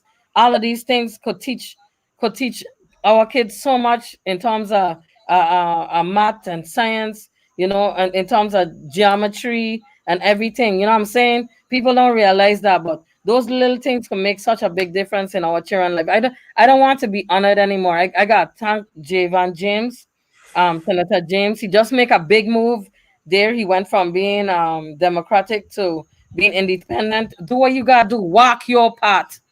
Right. Walk your path. So big up to And Jay. and Big know up to that Senator James. yeah, just walk your path. I want you guys, what you're doing, it's incredible. I keep coming on and writing. I know y'all probably sick of me writing on your podcast, but I just want to tell y'all what y'all doing is so significant. And I'm no longer in education, but if they wake up one of these days, they should take all y'all videos and start from kindergarten teaching them, because They could go to Central High and get Makil to come down to Juanita Garden because that's where he come out of. Bring Makil to That's right. Juanita Garden. Put him on one of your podcasts. Let Makil talk to the children. I played baseball. Mamba, Tegan. You guys supposed to be in the schools. These kids supposed to know y'all name like how they know Tim Duncan. It don't matter that you didn't go to the NBA or you didn't, they're supposed to know you guys because you guys, you went, you did it, you come back home. And that's something too. We need to, I ain't encouraging nobody to come back St. Croix now because it's really horrible. Jobs and no jobs and have no this unless they're coming back to be entrepreneurs and open up a business to make a difference. There are a lot of kids that I've taught that I didn't teach. Ori Conwell, George Armstrong, they just open their business. They're doing taping, videoing, they're starting Okay, a that's nice. studio. You understand what I'm saying? This the Mhm. kind of things that this is what people of my generation supposed to be doing to open the doors for those that are coming behind me. I told you, Tegan, I agree. once you up there, if you don't pull nobody up and push them in front of you, you don't do nothing, no man. You don't I agree. impact nothing, you don't do nothing 9K. If you was governor, if you was what, if you don't pull somebody up and push them ahead of you, you haven't done anything. Right. You haven't accomplished nothing. That's just Miss Bryson. No, no, it's a great story and a spiritual story too. And I've been following your whole career, and I continue to follow you. I'm just happy that you have an opportunity that, like you say, people can come and have an archive, turn on episode number 54, and watch Dr. Bryson and realize that somebody came before them who have done it and continue to do it. So And do it. I'm super proud of you. I mean, you definitely had a part in my life. I mean, you was there, and you not just sports wise, because everybody only see the Yeah, sports in me, but right. you They pushed know me you were to fight smart. hard academically as They well. didn't know that you were Yes, academically strong. yes. They didn't know that, I Tigan. was Yeah, I was a they, braid. I was a little braid. yeah, they didn't know. And that's something. What y'all doing here? That's something that our children need to hear. Look Right. now, you have to be in the books too. If you want to be a great baseball player and you want to go to college to play baseball, you have to have the books too. Like Pang was giving his story, and when Pang say, "I had to catch myself," our kids, you still have a chance to catch yourself. That's right. You know what I'm True. saying? True. You still have a chance to catch yourself. If you're ninth grade and you're doing so well, you still have a chance to catch yourself. You got 10, 11, and 12th grade. Now, if you're in 12th grade, then go to a junior college. Go to a junior college, bring up your grades, bring up your GPA, and then go to a Division One school. And this is what y'all doing. Y'all teaching the next generation how to get it done. And I wish they would take all of y'all episodes, not mine, because I know Ah, great come love. on. Yeah, no, But you take part of all it. You those part of episodes, it. take Ah, all of those episodes and start to show our children. Take the Elite podcast, put it in a classroom, and even if it's once a week, if you're teaching first grade, kindergartners start from kindergarten. I believe in starting from kindergarten. If we want our kids to read, we gotta start from kindergarten. Right. I knew how to read before I came to St. Croix. I don't understand. Um, start from kindergarten. Start from kindergarten, and from that kindergarten classroom, start to teach them kids how to read. But show them Tegan, show them Mumba, show them Pang, show them Akil, show them everybody that has done, great things. And even if you won't succeed at it, what did you do when you finish? If you're a monitor like Makil, if you end up in a profession, you still, You you show it. still, you're Yeah. still doing something. As long as you have a profession, you accomplished because you didn't quit. it's You true. sound like you have another questions. I gotta tell VLA. I gotta start something. I gotta tell you Bryson send me. What? We keep getting VLA in trouble, eh? We need the Yeah, elite podcast in the school. Senator VLA. I'm Need coming. it in the schools. yeah, you Yes. need the podcast in the schools. I'm It's our telling you, history. It's our this history. Yeah. podcast, every time y'all do a podcast, that podcast should be shown in the schools because for our kids to learn, for our kids to understand. My story, I got fired, but so what? It's how you stand. It's where you stand and how firm you stand. That's You right. understand? And you have to stand firm. Things gonna happen to you in life, That ain't the end of the world. That's right. I ain't die. I still breathing. So what do I do now? I started writing my books. I got a storybook series that gonna be coming out. I have Wow. another movie that gonna be coming out. I did another movie. I did a second movie. So you got to teach our kids. I'm trying to get a role in the movie. Yeah, I need to Okay, get a so copy of the book. my next movie, Mama, you have to come home though. You That's have to fine. come home to be in Always a home. movie. I'm always home. At Christmas So, time. No. so we teach our kids that the world don't end with one thing. You know, the Lovely. world don't end with one thing. When one thing happened to you, kick it on the side, pick yourself up, and keep on moving. That's right. Keep on That's so true. moving. And all of this that you guys doing, it gonna show them. Hey, look, wow, he went through that for real, and he's still Exactly. here. You Yeah, know that it's that's true. and I love what you guys doing. I don't stop. Thank you. If, Thank Yeah, you. if, we I ain't stop it. appreciate We it. ain't stop it at I all. will We did at stop if it. I could 54. give y'all a We, dollar, if I could give y'all a couple of dollars to help move it on, when my books and everything come out and I yeah. really settle, I'm gonna start to sponsor this show. But right now, I might have to but holler at you because I wrote a book for so long to move them, but I don't know how to publish it. But Yes, it's a please. Yeah, short read. I gotta it's send you a really, copy amazing. so you can. Yeah, I It's a gotta send you a great copy so idea. I love it. I love it. you can read it I and tell could me help your you with expertise. everything. I could help you Yeah. with publishing, Perfect. the place where to print it for you, getting it on Amazon. I could help you with everything. Yeah. That's Yes. Yeah, you're perfect. an artist to draw the stuff inside. And again, I use people that I know. My artists, no, I ain't telling nobody my Do I artist. have your number? I swear I used to have your number. I must be a bad Yeah. student. I know Mumba got your number and I ain't got your number, but let me No, check I don't though. have a number. I need to get a number too, How See, you but get in touch with her? Mama been calling me on Facebook. Yeah, but I gonna give you my number, man. I gonna put it in the chat. Yeah, Okay. but I could help you, man. I could help you with that. Like like I tell you, I helping this young man from the Bahamas, and it's funny, through okay, so through helping um the the um the school in St. Thomas, the one in Countryway name, the middle school. oh, I don't know. What a middle school in St. Thomas name, Tigan? The Which middle one? school in Sorry. St. Thomas in country. Oh Um, God. let's see. You have BCB's a middle school. BCB. Okay. BCB. So through helping Calvin Jones at BCB start a Colby band over there. He has a friend that's in the Bahamas. So I met her. She's a professor in the Bahamas, and so she told the guy from the Bahamas. She sent me a message the other day, and I was like, "How come, Doctor? How come she's trying to get in contact with me?" So when I read her message, I was like, "Hell yeah! I don't care what part of the world you on. I gonna help you." As long as you're a student and you need help, I don't care if you in South Africa or in Alaska, I gonna help you.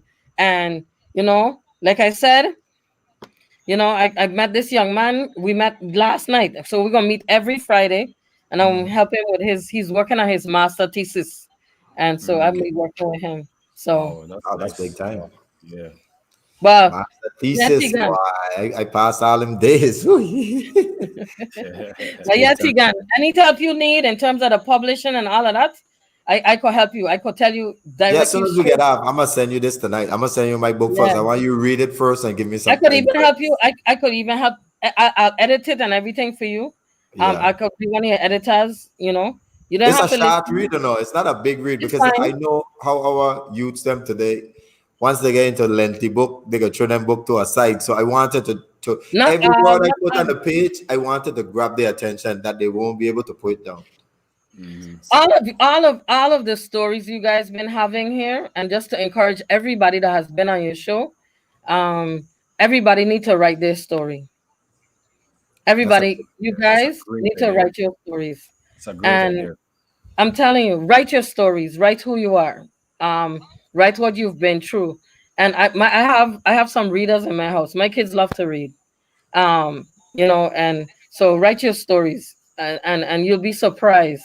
Even if you write your story in a comical way, write your story. Trust and believe Okay, me. I Write your love story. that. Let You me you have been all definitely. over the world, Tigan. You have been all over the world, Mamba. Write your story. Every experience that you have, write it in a story. Put that in a story, and like you say, it don't have to be long. My stories are 30 pages. I try to go over 30. Somebody tell me what? Bryson 30? Yeah, 30 pages. My stories they're I'm coming the out. They're gonna be same. 30 pages, 30, 32 pages. I think that would be like an hour to a half hour to an hour read for a child, you know. Yeah, And Yeah, that's yes, perfect because you don't want it too long, and that's the same thing with me. right.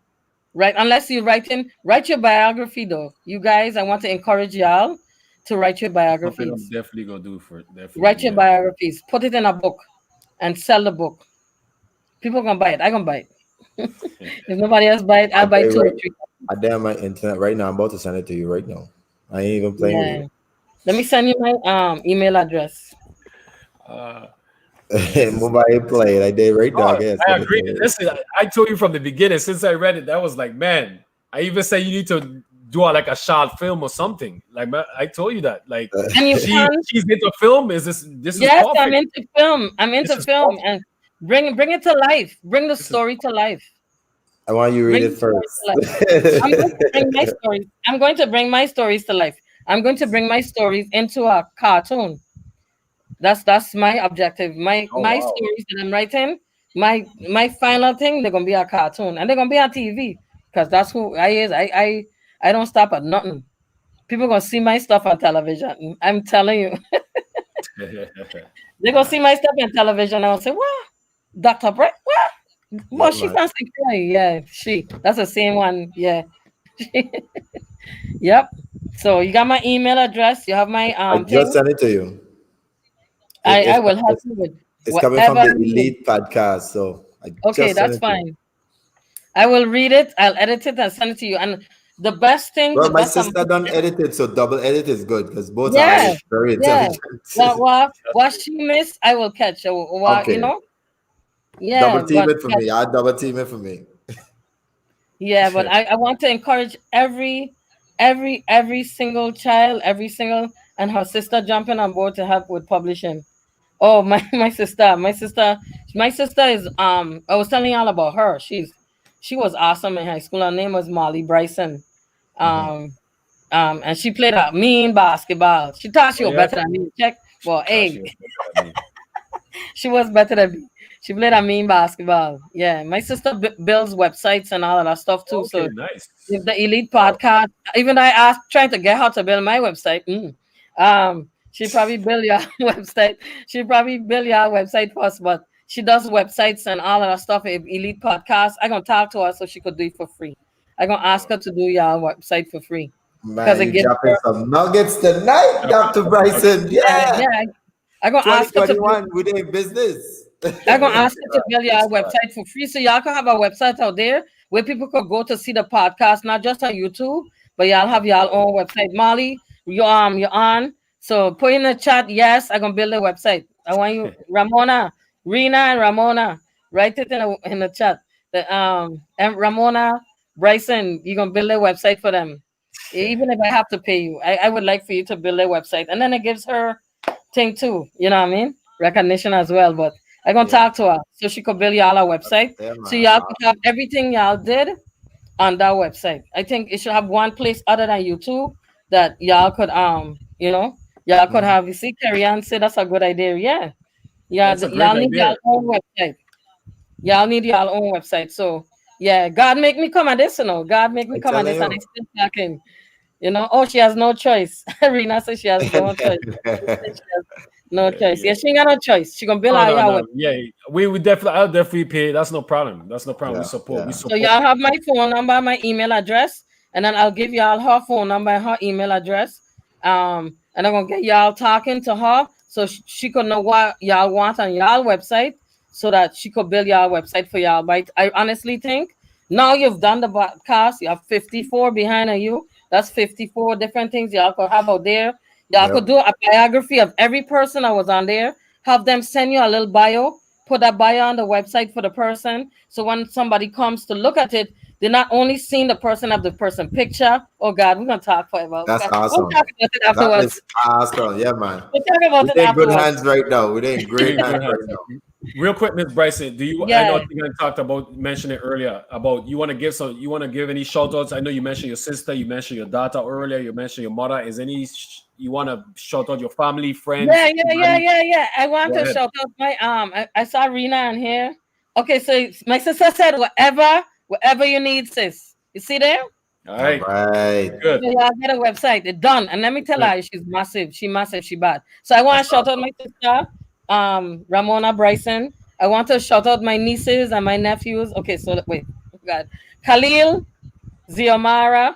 Let me start with Ziomara. She's the oldest. So Ziomara, Terrence. Terrence is an awesome chef. He's a chef at Siboney. So if you all want a good meal when you come home, go to Siboney in on the nights.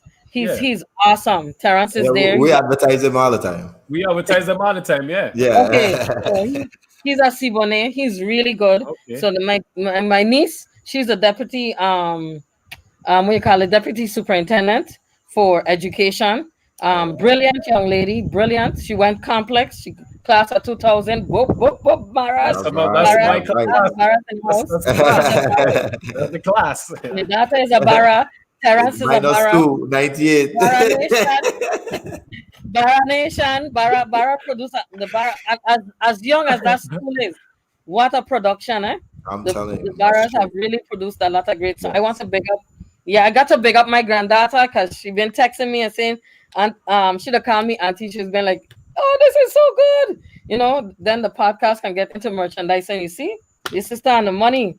Dwayne, Yeah. Dwayne, Yeah. Dwayne already been. Dwayne has been on top of that as far as telling us to get merchandise. We will. We definitely gonna get there. Yeah. We are busy. We very busy, so we gonna get there. So what You know, you do is you see, once you're doing this, then you build a team. Then you Caribs Nation, yes, Dwayne, Caribs. I'm a Carib. I just bigging up Barras, man. These babies, come on. You're only 22 years old. Calm Hey, down, man. them central people jealous. Yeah. Yeah, my sister right Caribs yeah, for life. That's my sister. She right yeah, Caribs that's for it. life. I'm Yeah, a Carib, but there's babies. Barra is Yeah. babies. Give them a chance. Let's cuddle them. yeah, we Let's cuddle babies. the Yeah, Barras. that's I'm a true. Carib. So my thing is, you could take this to our next level. So here it is. I'm coming and I'm bringing you a technician to build your website. So Yeah, now I'm gonna find you somebody to start to produce I'm gonna get you somebody. I have somebody who could give you your logo and start to produce your other stuff. And I'll ask him to do it for yeah. free. We got the logo already. Huh? We have the They logo already got a already. logo. What a logo. Right there. It's the top right by T Gun. Top The right Elite by Tika. Podcast The Oh, page. lead okay. podcast. Okay, so once we come up,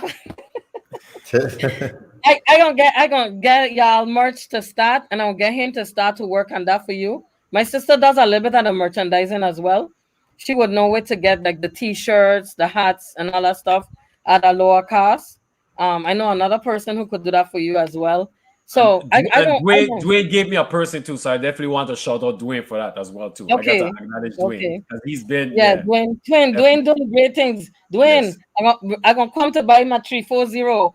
I'm buy for the whole family. So Yeah. you No, know, Calypso Clothing, oh, 340, it's yeah, Calypso, Calypso clothing. Calypso Clothing, And yes. I want to Dwayne, give out, let me give a shout out to Jamal. Jamal just started his clothing line as well. who Jamal? Nothing ordinary. Oh, Dwayne Remember said I need a Jamal, link right? also. Okay, Dwayne, Yeah. Jamal, my sister on here will talk about that link, Dwayne.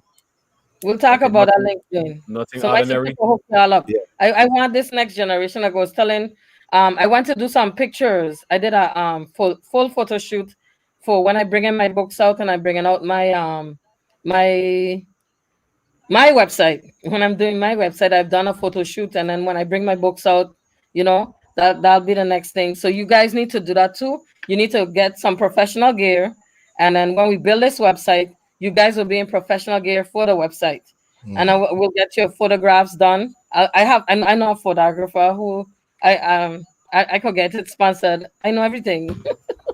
Anyway, I We we, appreciate it. got you, Definitely, man. We definitely we're got gonna gonna do you. talk. it because you guys need to get on that next level. You understand? After I'm a, 50, we you gonna know, get a team. We gonna get a team. We gonna get a team because I yes. know myself is super busy. T is super busy. Pang is super busy. I've had people will have offered me to really do a lot Mhm. more for the show and stuff like that. So I'm definitely gonna reach out to those people, and we definitely gonna have a team, help each other out. So definitely, definitely, My definitely. granddaughter just text me and say, "You're distracted. Who You're distracted me? distracted." My Oh, you? granddaughter. Yeah, my Oh, granddaughter.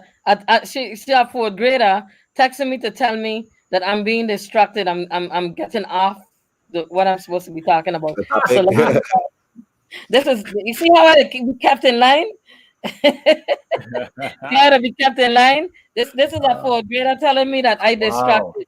So Yeah, and big big up to her. Big up to her for that's sure. why you have to. That's how you train your children.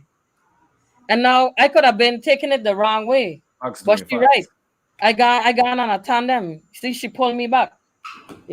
This my granddaughter pulling me out back. So in unity, there's strength. Marsha says she waiting for the shout out. Marsh, oh Yeah, God, go let ahead me. with your shout outs. Go ahead with your shout outs. We're gonna talk about the So other stuff. Yeah, go ahead. Marsha is my niece. Marsha Dorsey, Maya Dorsey, Fred Dorsey the third, and Q. He's the fourth.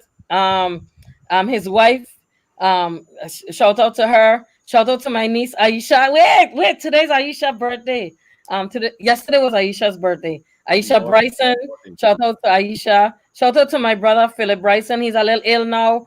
Just want to put him at the foot of the cross. God heal him. Take care of him. That's my bigger brother. Um, he took care of me in my 4 years of college. God take care of him. wow. Philip E. Bryson Jr. And my brother Ray Bryson, rest in peace. He was just awesome. Um, I want to shout out Ziamara, Roland Harman, who is her husband. Who I want to forget nobody. Naya, Sabrina, Khalil, my that's my brother's kids.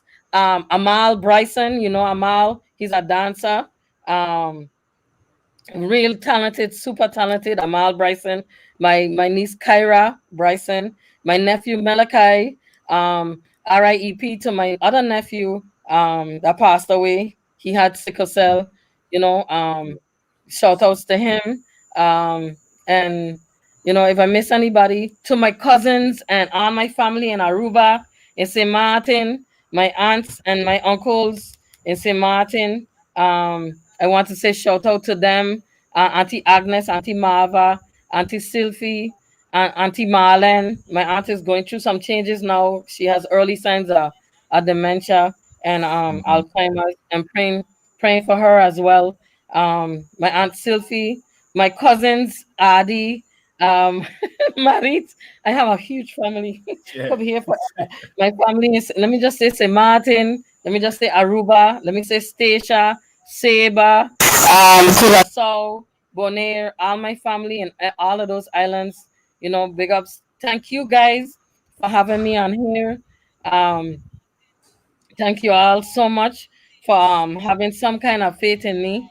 To my sister, my sister, but she's my sister, Rena Thomas, Janice Thomas, Trisha Thomas. Those are my adopted sisters. Gary Thomas, Junior Thomas. Those are my adopted brothers and sisters. And anybody else who's had an impact. I believe that we are a village, and anybody else who's had an impact on my life and doing anything for me, or if I've done anything for you, thank you for being there for me and for me being able to do anything for you. I think it's so important that, I talk about your mommy Melody. I talk about Chantal Harrigan so much. Chantal ear should have been ringing. My daughter, my one and only daughter, Chantal Harrigan. My granddaughter, Melody Amara Maria de la Cruz. My granddaughter that sending me text messages left and right. I love her to death. That's my heart right there. Um, Big shout outs to you, Dwayne. I love you. I love you so much for always being there. I love all you guys. Everybody on St. Croix, keep pushing. Don't ever quit. Don't ever quit. No matter what comes your way, no matter what people throw in your way, no matter what people say about you, don't let it affect you. Whatever you want in life, will it and want it and give it to God. Just let it go and give it to God. And you gonna get it. If it's yours, God gonna give it to you. Whatever belongs to you, God gonna give you. Okay? I'm not a preacher. I'm not perfect.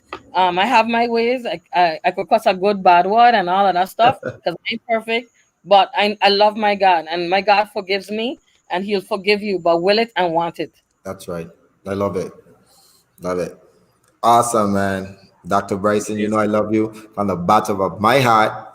And I wish you total success 2021 and beyond, and health and strength. That's number one throughout this COVID pandemic and everything else. You and your family. That's coming Thank from you. mine.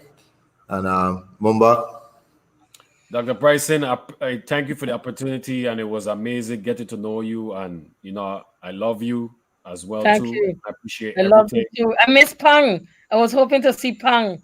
Oh, Uh, Pang, Yeah, go ahead, happy Keegan. Yeah, birthday to Pang his mom. mom. Yeah, His, yeah, today, happy birthday, Pang Mom. I yeah. put it on Facebook. Happy birthday to Pang Mom. Happy birthday to her. I see her dancing up, my son. I see her dancing up. It was nice to see her dancing and stuff. What a strong woman. Yes, You know she what I'm saying? is. You yeah. So know? big up to Pang and his whole family, man. Yeah, and Definitely. his family. I see he dancing up. So that's why I know he here. Probably drink a good bit. He been on Facebook. Yeah. Yeah. So, yeah, but thank you, Miss Bryson. Honestly, thank you, and I appreciate you willing to help us and taking us to the next level. So I definitely will. That's what I'm here for. That's what I'm here thank for. you. I appreciate it. Each one, wait, is each Each one one, teach each one, Each each one. one. one Yeah. teach one, each one carry one. Yes. And Love it. that's what we're supposed to Love do. it. Love it. Yeah. I like Absolutely. that saying you said, the one with God. Say it to me again. I gotta get that in my spirit. If you Will ask it, God to will it, Yeah. how will it it, will it, and want it, and ask God. Ask God. When you will it and want it, ask God to give it to you. Your heart have to be pure. You have to be kind and willing to take whatever He gives you. Now that doesn't mean you're going to get it, but you have to will it and want it in God. Yeah. He love might it. give you some tests and Will stuff, it so and you gotta. want it in Yeah. God. I love it. I Will it love it. and want it in God. Awesome. Awesome. Well said. Well, we're so happy you guys joined us tonight for our extraordinary episode, the first episode for the first of the new year. We're gonna be back on Mumba. We'll let you know who we got next, right, Yes. Mumba? But we Yes. thank you guys Yes. for joining us. We're gonna be knocking out a lot more episodes coming, so just stay with us, and hopefully we'll get a website. I mean, we do big No, no, things no. this year, I just tell big things you, this get in year. a website. My I hope sister don't say we get yes. we get to one. What? Yeah. Hopefully, what are you talking about? You get No, in the you're right. website. We need to get some of these medium in case they want to block me like Trump. I have our own medium, so we'll be good. It's true. True. You're right. Facts. Facts. So Yep. we definitely gonna be up more. Let's take back power in our own hands, okay? Oh, okay. So it's awesome. It's awesome. So thank you guys, man, and you guys enjoy your night. From all of us as the Elite Podcast, say good night. Good night. Good night. My granddaughter. Melody, say hello. Hello. Say hi. You on say hi. Wave. Night. Wave. All Wave. right. All right. Yeah, we're gonna end it with that. Perfect. Beautiful.